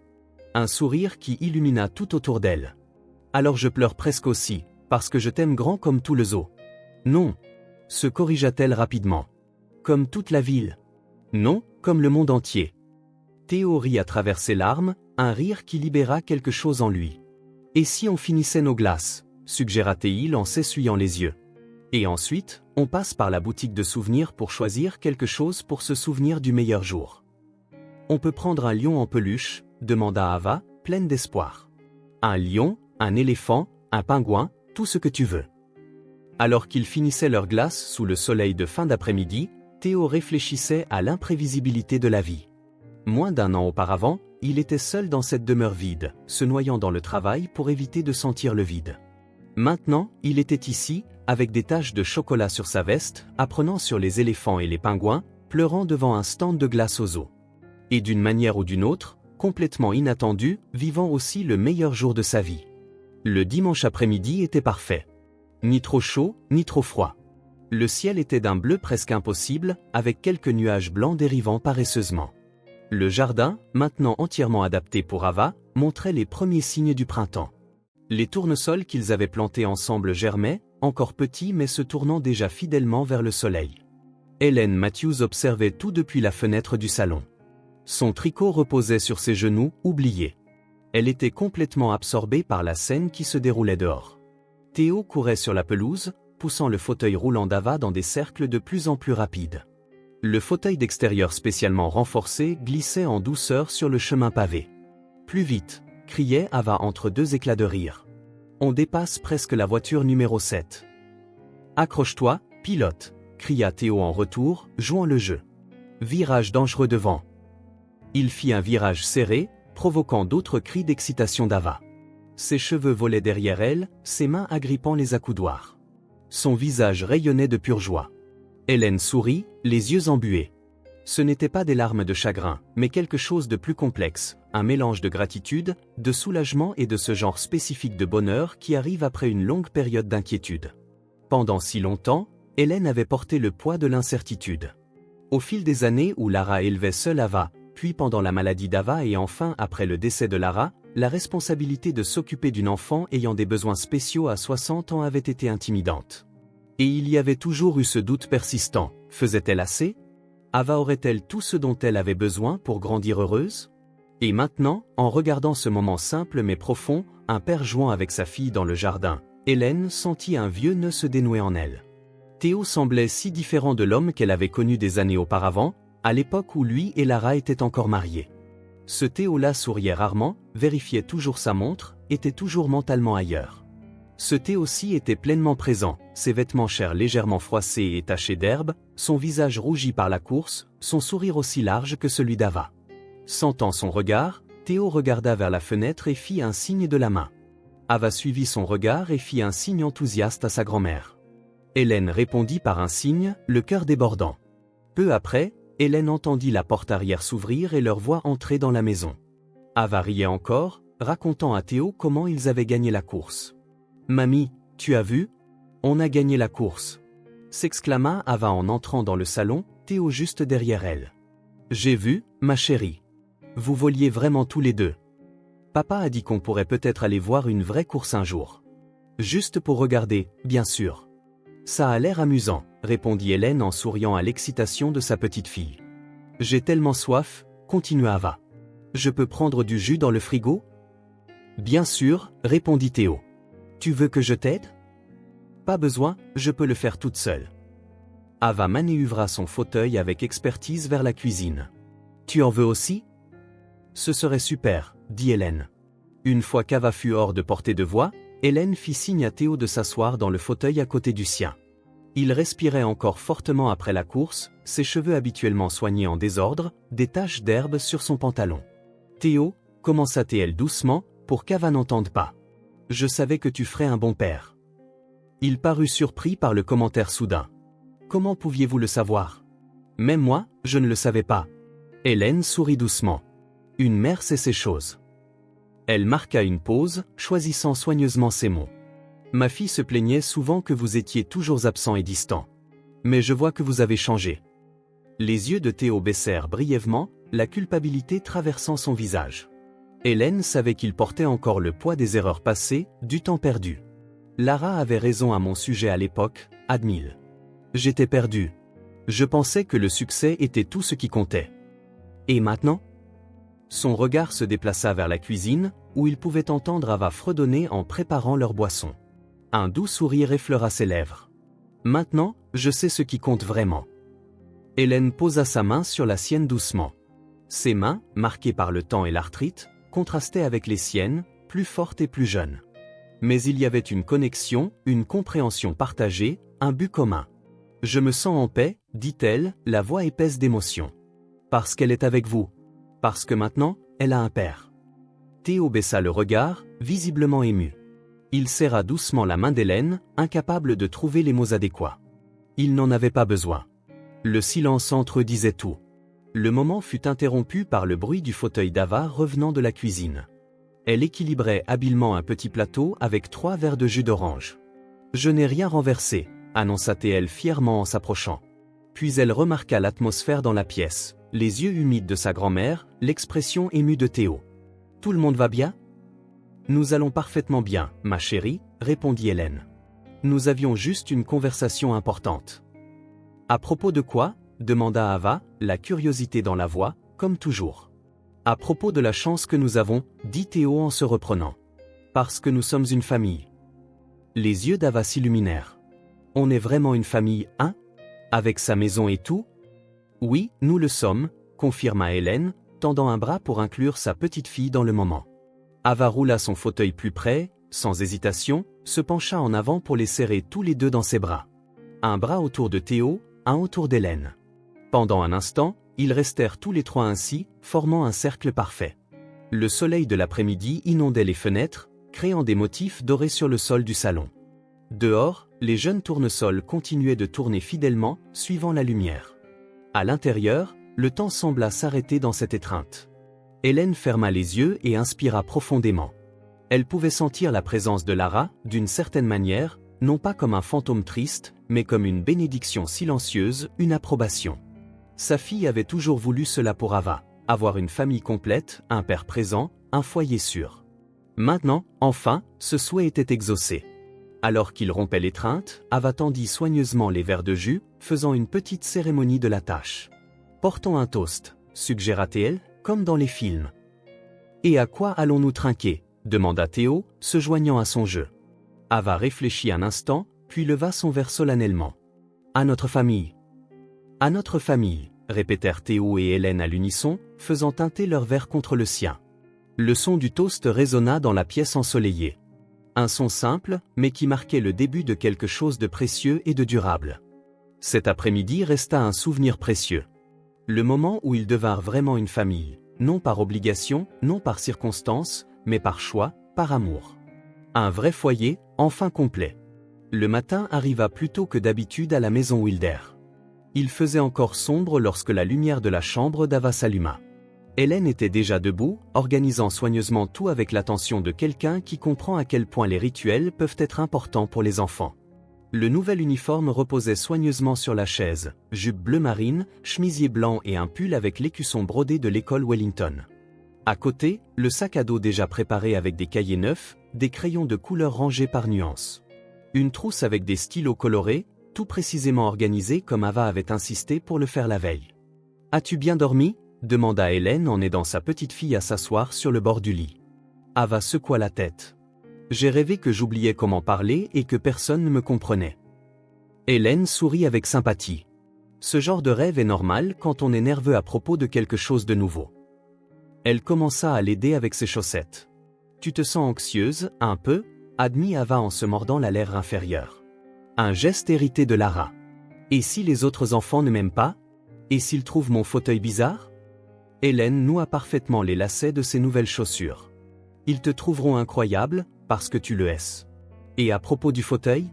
Elle marqua une pause, rencontrant les yeux d'Ava. Souviens-toi de ce qu'on dit toujours? C'est juste une façon différente de se déplacer, récita Ava comme si c'était une leçon bien apprise. Exactement. En plus, tu peux leur montrer ces mouvements géniaux que tu fais dans le couloir. Ava sourit. Le premier sourire sincère de la matinée.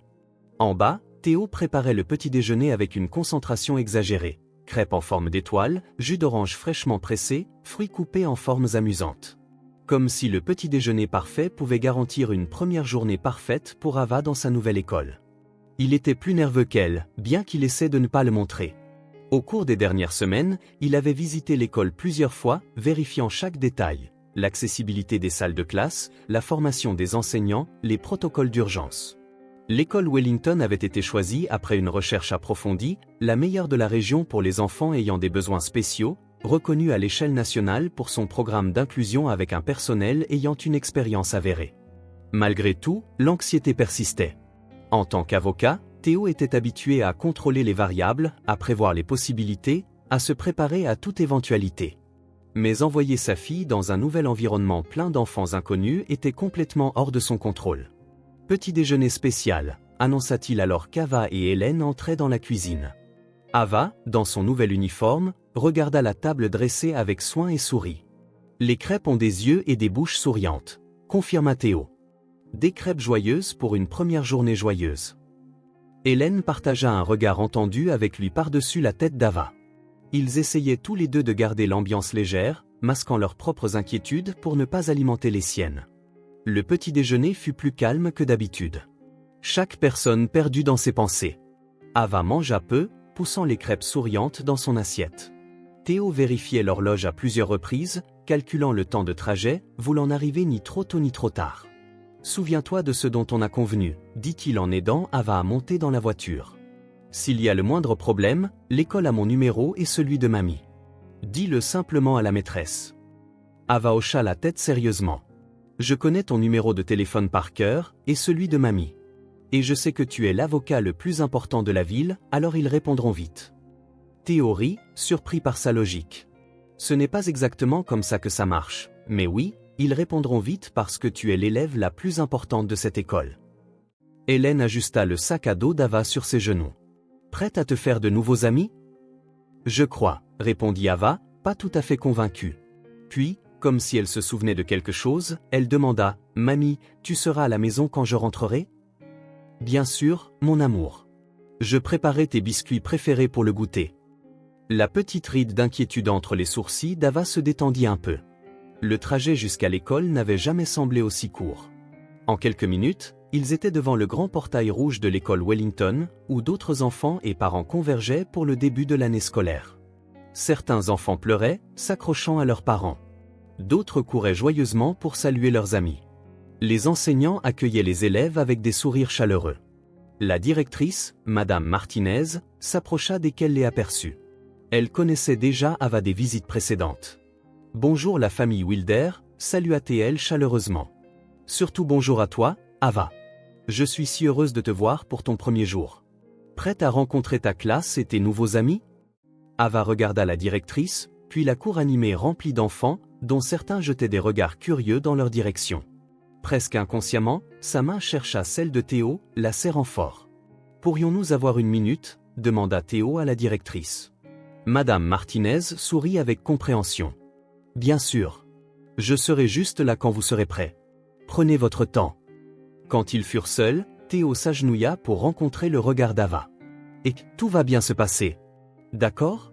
Souviens-toi de ce dont on a parlé. Être nouveau à l'école, c'est difficile pour tout le monde, mais ça passe. » « Et s'il se moque de mon fauteuil ?» demanda Ava, exprimant sa plus grande peur. « Si quelqu'un rit ou dit quelque chose de blessant, tu me le dis.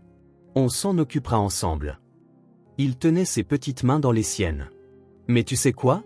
Je pense que tu seras surprise. Les enfants sont curieux. Ils poseront des questions, mais généralement, ils acceptent les différences beaucoup plus vite que les adultes. » Ava hocha la tête, ses yeux verts fixés sur les siens, absorbant ses paroles. « Et si quelqu'un demande pour ma maman ?» La question prit Théo au dépourvu. C'était une possibilité qu'il n'avait pas envisagée.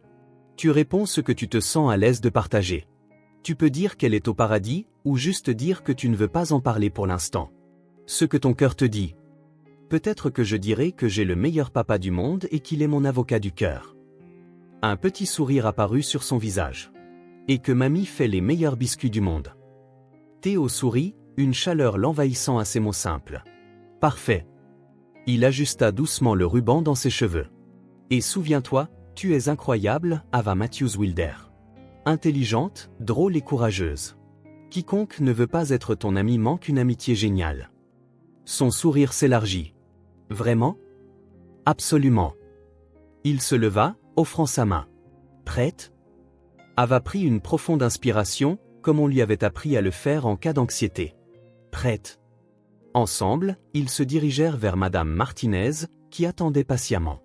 Elle commença à expliquer comment la journée se déroulerait, l'emploi du temps, les activités prévues. Elle mentionna que l'enseignante d'Ava, Mademoiselle Collins, avait préparé une activité d'accueil spéciale. En traversant la cour, certains enfants jetèrent des regards curieux à Ava dans son fauteuil roulant. Une fille aux cheveux bouclés fit un signe timide. À la surprise de Théo, Ava répondit par un signe. Arrivée à l'endroit où les parents disaient habituellement au revoir, Ava serra à nouveau la main de Théo. Ses yeux, maintenant embués de larmes, cherchèrent les siens. « Tu m'attendras » demanda-t-elle, sa voix petite et vulnérable. Théo sentit une boule dans sa gorge. À cet instant, toutes les réunions, obligations et devoirs remplissant son emploi du temps semblaient totalement sans importance. Une seule chose comptait. « Toujours » répondit-il, le pensant de tout son cœur. Ava sourit, apparemment rassurée par sa réponse. Elle se pencha en avant dans son fauteuil pour le serrer fort dans ses bras, ses petits bras enroulés autour de son cou. « Je t'aime, papa. Je t'aime aussi, mon étoile. » Puis, avec un dernier regard, il la laissa partir. Il regarda Madame Martinez conduire Ava à travers la cour vers la salle de classe. Il vit d'autres enfants s'approcher d'elle, curieux. Il vit le premier sourire timide qu'Ava adressa à la fille aux cheveux bouclés. Il resta là, immobile, longtemps après la fermeture du portail, ressentant pour la première fois ce que des millions de parents ressentent à ce moment-là. Fierté et appréhension, la certitude que rien ne serait plus jamais pareil. Sa fille faisait un autre pas dans le monde, un pas loin de lui, mais l'emportant avec elle. Toujours, murmura-t-il doucement, une promesse à Ava et à lui-même. La vie trouva son rythme dans la maison Wilder. 3 mois s'étaient écoulés depuis le premier jour d'école d'Ava, et elle avait déjà des amis, participait aux activités de la classe et rentrait quotidiennement avec des histoires animées sur ce qu'elle apprenait. Théo trouva un équilibre entre travail et famille, déléguant davantage de dossiers et rentrant à temps pour le dîner. La maison, autrefois un espace froid et impersonnel, débordait maintenant de vie. Et au cœur de cette transformation se trouvait Hélène. Silencieuse et efficace, elle maintenait tout en ordre, des repas ponctuels aux vêtements parfaitement organisés d'Ava, des médicaments dont elle avait besoin régulièrement à l'aide aux devoirs. Pendant que Théo et Ava construisaient leur relation, Hélène était l'encre, fournissant la stabilité dont ils avaient besoin. C'est pourquoi le monde sembla s'écrouler lorsqu'ils la trouvèrent effondrée dans la cuisine ce mercredi matin-là. Théo fut le premier à l'atteindre. Il avait entendu le bruit de la chute, un bruit sourd suivi du tintement du verre brisé. Il descendit en courant, encore en pyjama, le cœur battant. Hélène était au sol, consciente mais désorientée, une tasse cassée à quelques centimètres de sa main. Son visage était pâle, une fine pellicule de sueur sur son front. « Hélène, qu'est-ce qui s'est passé ?» Il s'agenouilla à côté d'elle, vérifiant rapidement toute blessure visible. « Je vais bien » murmura-t-elle en essayant de s'asseoir. « Juste un petit vertige. Ça va passer. » Mais lorsqu'elle tenta de se lever, ses jambes cédèrent à nouveau. Théo la rattrapa par les épaules, empêchant une autre chute. « Tu ne vas pas bien. J'appelle une ambulance. »« N'exagère pas » protesta faiblement Hélène. « Je ne veux pas effrayer Ava. » Mais la fille était déjà là, son fauteuil roulant arrêté à l'entrée de la cuisine, les yeux écarquillés de peur. « Mamie ?» Sa petite voix tremblante brisa le cœur de Théo. « Qu'est-il arrivé à Mamie ?»« Elle ne se sent pas bien, ma chérie. Alors j'appelle un médecin. » Pendant que Théo appelait les services d'urgence, Ava roula jusqu'à Hélène, qui était maintenant assise par terre, appuyée contre un meuble de cuisine. Avec une douceur surprenante, la fille prit la main de sa grand-mère dans les siennes. « Tu iras bien, mamie » dit-elle, faisant écho aux mots qu'elle avait entendus si souvent des adultes. « Les médecins vont te soigner. » Hélène réussit un faible sourire, serrant la main d'Ava. « Bien sûr qu'ils le feront, mon amour. Ne t'inquiète pas. » Mais il y avait quelque chose dans ses yeux. Une ombre, une connaissance que Théo reconnut immédiatement. Hélène savait que ce n'était pas juste un vertige passager. L'ambulance arriva en 10 minutes qui parurent des heures. Les ambulanciers étaient efficaces et gentils, expliquant chaque étape à Ava, qui les observait avec des yeux effrayés et attentifs. Alors qu'il soulevait Hélène sur le brancard, elle s'agrippa à la main de Théo. « Prends soin d'elle » murmura-t-elle. « Ne la laisse pas voir si c'est fille. » Théo hocha la tête, la gorge serrée. « Je vais avec vous dans l'ambulance. »« Non » insista fermement Hélène. « Reste avec Ava. Elle a besoin de toi maintenant. » Appelle la voisine pour rester avec elle. Ensuite, vous viendrez tous les deux à l'hôpital. Théo hésita, déchiré entre deux obligations, mais le regard d'Hélène ne laissait aucune place à la discussion. Il hocha à nouveau la tête. Les instants suivants furent un tourbillon d'activités. Il téléphona à Madame Patel, leur voisine de confiance qui gardait parfois Ava, aida Ava à s'habiller rapidement, essayant de maintenir un calme qu'il ne ressentait pas. En une demi-heure, ils étaient en route pour l'hôpital. Dans la voiture, Ava était inhabituellement silencieuse, regardant par la fenêtre. « Mamie va aller bien », dit Théo, plus pour lui-même que pour elle. « Les médecins s'occuperont d'elle. » Comme ils se sont occupés de maman ? La question d'Ava vint à voix basse, presque un murmure. Théo sentit quelque chose de froid et de lourd s'installer dans son estomac. Comment répondre à cela ? Comment promettre quoi que ce soit qu'il ne pouvait garantir ? Chaque situation est différente, Ava. Ta grand-mère est forte. Et maman était forte aussi, l'interrompit Ava, la voix tremblante. Elle s'est tellement battue, mamie me l'a toujours dit. Mais elle est quand même partie. Le feu de circulation passa au rouge, donnant à Théo un moment pour se ressaisir. Il se tourna pour regarder directement Ava. J'ai peur aussi, Annie. Mais nous ne pouvons pas supposer le pire avant de savoir ce qui se passe. Nous serons aux côtés de mamie, quoi qu'il arrive. Ava hocha la tête, mais Théo pouvait voir qu'elle était loin d'être rassurée. À l'hôpital, ils furent dirigés vers la salle d'attente des urgences. Il y avait foule. Des gens avec les mêmes expressions anxieuses, certains pleurant doucement, d'autres faisant les 100 pas. Théo remplit des formulaires, parla avec la réceptionniste, tout en essayant de calmer Ava. 1 heure passa. Puis 2. Finalement, un médecin à l'air fatigué appela le nom d'Hélène. Théo poussa le fauteuil d'Ava jusqu'à lui. « Monsieur Wilder ? Je suis le docteur Reynolds. Votre belle-mère est stable pour le moment. Qu'est-ce qui lui est arrivé ?» Le médecin jeta un bref coup d'œil à Ava, hésitant presque imperceptiblement. « Pourrions-nous parler là-bas ?» Il désigna un coin plus calme. « Ava, reste ici un instant, d'accord ? Je reviens tout de suite. »« Non. » La voix d'Ava s'éleva, attirant les regards. « Je veux savoir aussi. C'est ma mamie. » Théo échangea un regard avec le médecin, qui hocha légèrement la tête. « D'accord, allons-y ensemble. » Dans ce coin plus calme, le docteur Reynolds expliqua la situation. Hélène avait subi un accident vasculaire cérébral ischémique. Un caillot avait partiellement bloqué le flux sanguin vers une partie de son cerveau. Ils sont intervenus à temps pour prévenir des dommages permanents sévères, mais nous avons également trouvé d'autres complications lors des tests, continua le médecin, sa voix professionnelle mais compatissante. Sa tension artérielle est constamment élevée, et il y a des signes d'insuffisance cardiaque congestive. Nous avons également remarqué des anomalies au niveau de son foie qui nécessitent une investigation plus approfondie. Théo essaya de tout assimiler. Qu'est-ce que cela signifie exactement ? Va-t-elle guérir ? Le médecin choisit ses mots avec soin. Nous pouvons stabiliser son état, gérer les symptômes avec des médicaments, mais compte tenu de son âge et de ses problèmes combinés, nous parlons de soins continus, pas d'une guérison. Est-ce qu'elle va mourir ? La voix d'Ava trancha la conversation comme une lame. Le docteur Reynolds regarda la fille, son expression s'adoucissant. Pas immédiatement, non. Mais votre grand-mère aura besoin de soins spéciaux à partir de maintenant. Ava baissa la tête, ses mains agrippant l'accoudoir de son fauteuil roulant si fort que ses jointures blanchirent. Lorsqu'elle releva le visage, des larmes coulaient silencieusement sur ses joues. « Je ne veux pas perdre mamie aussi, » dit-elle, sa voix se brisant en un sanglot. « Je ne peux perdre personne d'autre. » Théo sentit son propre cœur se briser.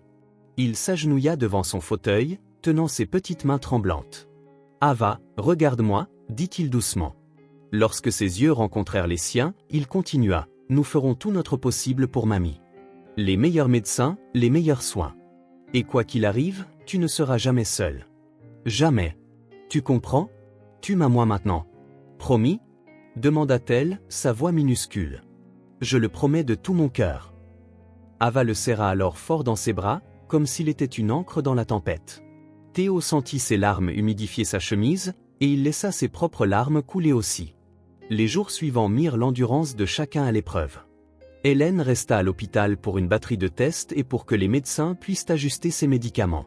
Théo remania complètement son emploi du temps, travaillant à distance autant que possible, déléguant des dossiers, annulant des réunions. Il partageait son temps entre l'hôpital, l'école d'Ava et la maison maintenant étrangement vide sans Hélène. Ava, de son côté, adopta une détermination surprenante. Elle fabriquait des cartes, des dessins et des fleurs en papier pour décorer la chambre d'hôpital de sa grand-mère. Elle demanda à faire des recherches sur les problèmes de santé d'Hélène, voulant comprendre. Pendant les visites, elle maintenait la conversation, partageant des histoires de l'école, lisant des livres à haute voix, déterminée à ne pas montrer sa peur. Mais la nuit, seule avec Théo, sa garde tombait. Les questions venaient, sur la mort, sur la perte, sur le fait d'être seule. Des questions sans réponse facile. Si mamie va au paradis comme maman, qui va s'occuper de nous? Demanda-t-elle un soir alors que Théo l'abordait. Je m'occuperai de toi, et tu t'occuperas de moi, dit-il en essayant de garder une voix stable. Et mamie ne va pas au paradis de sitôt. Elle a encore beaucoup à faire ici. Comme quoi? Comme te regarder grandir, t'apprendre à faire ce gâteau au chocolat spécial que seule elle sait faire. M'aider à ne pas brûler les crêpes. Celle-là, un petit sourire d'Ava. Tu brûles les crêpes. Après 2 semaines, l'équipe médicale convainc enfin qu'Hélène pouvait continuer le traitement à la maison, avec des visites régulières d'infirmières et de physiothérapeutes, des soins palliatifs, bien qu'ils évitassent ce terme devant Ava. Théo transforma le bureau du rez-de-chaussée en chambre pour Hélène, afin qu'elle n'ait pas besoin de monter les escaliers. Le jour de son retour à la maison ressembla à une fête. Ava avait préparé un accueil pendant des jours. Des dessins couvraient les murs de la nouvelle chambre. Une couronne de fleurs en papier était accrochée à la porte, et ses animaux en peluche étaient stratégiquement placés sur le lit pour tenir compagnie à mamie.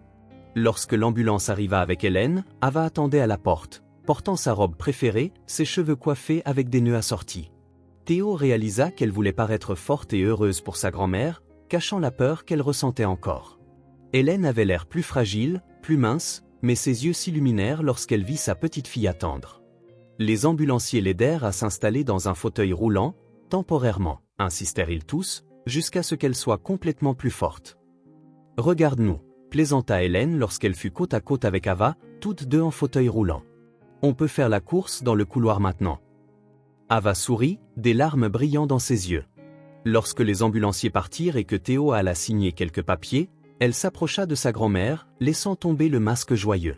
« Tu m'as tellement manqué, mamie, » dit-elle, la voix tremblante. « La maison n'était pas la même sans toi. » Hélène prit la main d'Ava, ses propres yeux remplis de larmes. « Tu m'as manqué aussi, mon amour.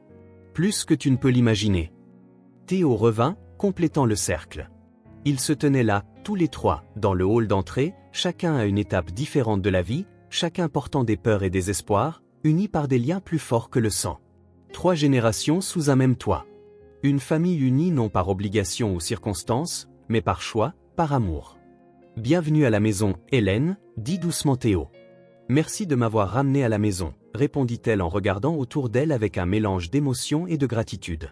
« À notre maison. » À cet instant, malgré les incertitudes qui planaient encore sur eux, une certitude se tenait inébranlable. Ils affronteraient ensemble ce qui viendrait, comme une famille, comme ils auraient dû l'être depuis le début. La maison Wilder n'avait jamais semblé aussi colorée. Des ballons violets et dorés aux les couleurs préférées d'Ava flottaient contre le plafond du salon, attachés en grappe et placés tout autour. Des bannières scintillantes et plans, joyeux anniversaire, s'étiraient sur les murs. Sur la table de la salle à manger, un gâteau à 3 étages était une œuvre d'art, recouvert de glaçage bleu et de petits tournesols en sucre. C'était l'anniversaire d'Ava. 7 ans. Son premier anniversaire avec son père. Théo n'avait jamais organisé de fête d'enfants auparavant, mais il compensa le manque d'expérience par le dévouement.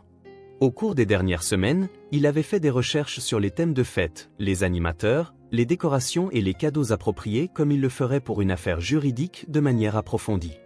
Hélène, toujours fragile mais déterminée à aider, s'était occupée du menu, supervisant les préparatifs de la cuisine depuis son fauteuil. Maintenant, la maison était pleine. Les nouveaux amis d'Ava de l'école couraient dans le jardin, jouant à des jeux dirigés par un animateur déguisé en princesse astronaute, un mélange qui n'avait de sens que pour les enfants de 7 ans et ravissait complètement Ava. Certains collègues de Théo se rassemblaient sur la véranda, tandis que les parents des amis d'Ava se tenaient autour de la table des collations. Dans le salon, Hélène était assise dans son fauteuil spécial, entourée de 2 amis de longue date qui lui rendaient souvent visite depuis son retour de l'hôpital. Son visage, bien que fatigué, s'illuminait à chaque fois qu'elle entendait le rire d'Ava venant du jardin. Théo se déplaçait parmi les groupes, vérifiant le confort de chacun et s'assurant que rien ne manquait. Mais ses yeux revenaient sans cesse vers Ava, sa fille, souriante dans son fauteuil roulant décoré de rubans colorés, au centre d'un cercle d'enfants qui écoutaient avec admiration alors qu'elle racontait une histoire animée. Elle a l'air si heureuse, remarqua Rachel, son assistante. Elle était devenue une présence fréquente à la maison après l'hospitalisation d'Hélène. Vous avez fait un travail formidable, Théo. Il secoua la tête en souriant. C'est Ava qui fait le gros du travail. Elle a le don de trouver de la joie en tout. Tout comme sa mère, ajouta Hélène, les ayant entendus. Lara trouvait toujours le bon côté, même dans les moments les plus difficiles. Un silence confortable s'installa entre eux, rempli par le bourdonnement animé de la fête autour. Il ne faisait plus mal de parler de Lara. Elle était devenue une présence douce, un souvenir honoré, un héritage vivant à travers Ava. Quand vint le moment de chanter « Joyeux anniversaire », tout le monde se rassembla autour de la table. Ava, portant une robe bleu ciel et une couronne de fleurs, semblait rayonner. Ses yeux verts, les yeux de Lara, pétillaient d'excitation alors qu'elle regardait Théo allumer les 7 bougies. Les voix s'élevèrent dans l'air familier, résonnant dans la maison avec une joie contagieuse. Ava ferma les yeux très fort en faisant son vœu, puis souffla toutes les bougies d'un coup, suscitant des applaudissements enthousiastes. Alors que le gâteau était coupé et servi, Théo tapa légèrement son verre de jus, il n'y avait pas d'alcool à une fête d'enfants, avec une cuillère, attirant l'attention de tous. J'aimerais proposer un toast, annonça-t-il, la voix légèrement épaisse d'émotion. À notre reine de la fête, ma fille, Ava. Les verres furent levés tout autour. Il y a un an, continua Théo, j'étais un homme différent. Je pensais que j'avais tout, mais j'avais tort. Il regarda directement Ava. Avoir tout, en fait, c'est ça, notre famille, notre maison, cette vie que nous avons construite ensemble. La pièce devint silencieuse, enveloppée par la sincérité de ses paroles. Ah Ava, conclut-il en levant son verre plus haut, qui a apporté la lumière dans nos vies. Ah Ava, répéta la foule à l'unisson. La fille rayonnait, les joues roses de joie. Lorsque les invités retournèrent à leur conversation, elle manœuvra son fauteuil jusqu'à l'endroit où se tenaient Théo et Hélène, se positionnant entre eux. Elle tendit les mains, une à chacun d'eux. Ils les prirent automatiquement, formant un petit cercle. « Vous voulez savoir ce que j'ai souhaité quand j'ai soufflé les bougies ?» demanda Ava, son regard se déplaçant entre eux. « Tu ne peux pas le dire », la taquina gentiment Hélène en souriant. « Sinon, ça ne se réalisera pas. » Ce souhait n'a pas besoin de magie pour se réaliser, répondit Ava avec cette sagesse particulière qui surprenait parfois les adultes. J'ai souhaité qu'on reste ensemble comme ça. Toujours. Elle serra les mains qu'elle tenait, puis ajouta doucement, maman doit être heureuse que je sois avec vous deux. Théo sentit une boule dans sa gorge. Hélène essuya discrètement une larme. J'en suis sûre, mon amour, répondit Hélène, la voix tremblante. Ava sourit, satisfaite. Nous sommes une famille maintenant. Complète. En paix. À cet instant, entouré par la clameur joyeuse de la fête, unis dans ce petit cercle de mains, Théo sentit une certitude profonde s'installer dans son cœur. Le chemin qui les avait menés ici était improbable, marqué par la perte et la découverte, la douleur et la joie. Mais chaque pas, chaque décision, chaque moment depuis cette rencontre surprenante au cimetière les avait amenés exactement là où ils devaient être. Une famille complète, en paix. Une famille non née de manière traditionnelle, mais construite par des choix quotidiens, un amour conscient, l'acceptation de leurs défauts et la célébration de leur joie. Une vraie famille. Si cette histoire vous a touché le cœur, abonnez-vous à la chaîne et activez les notifications pour ne pas manquer les prochaines. Laissez un like, car cela aide cette histoire à être recommandée à plus de personnes.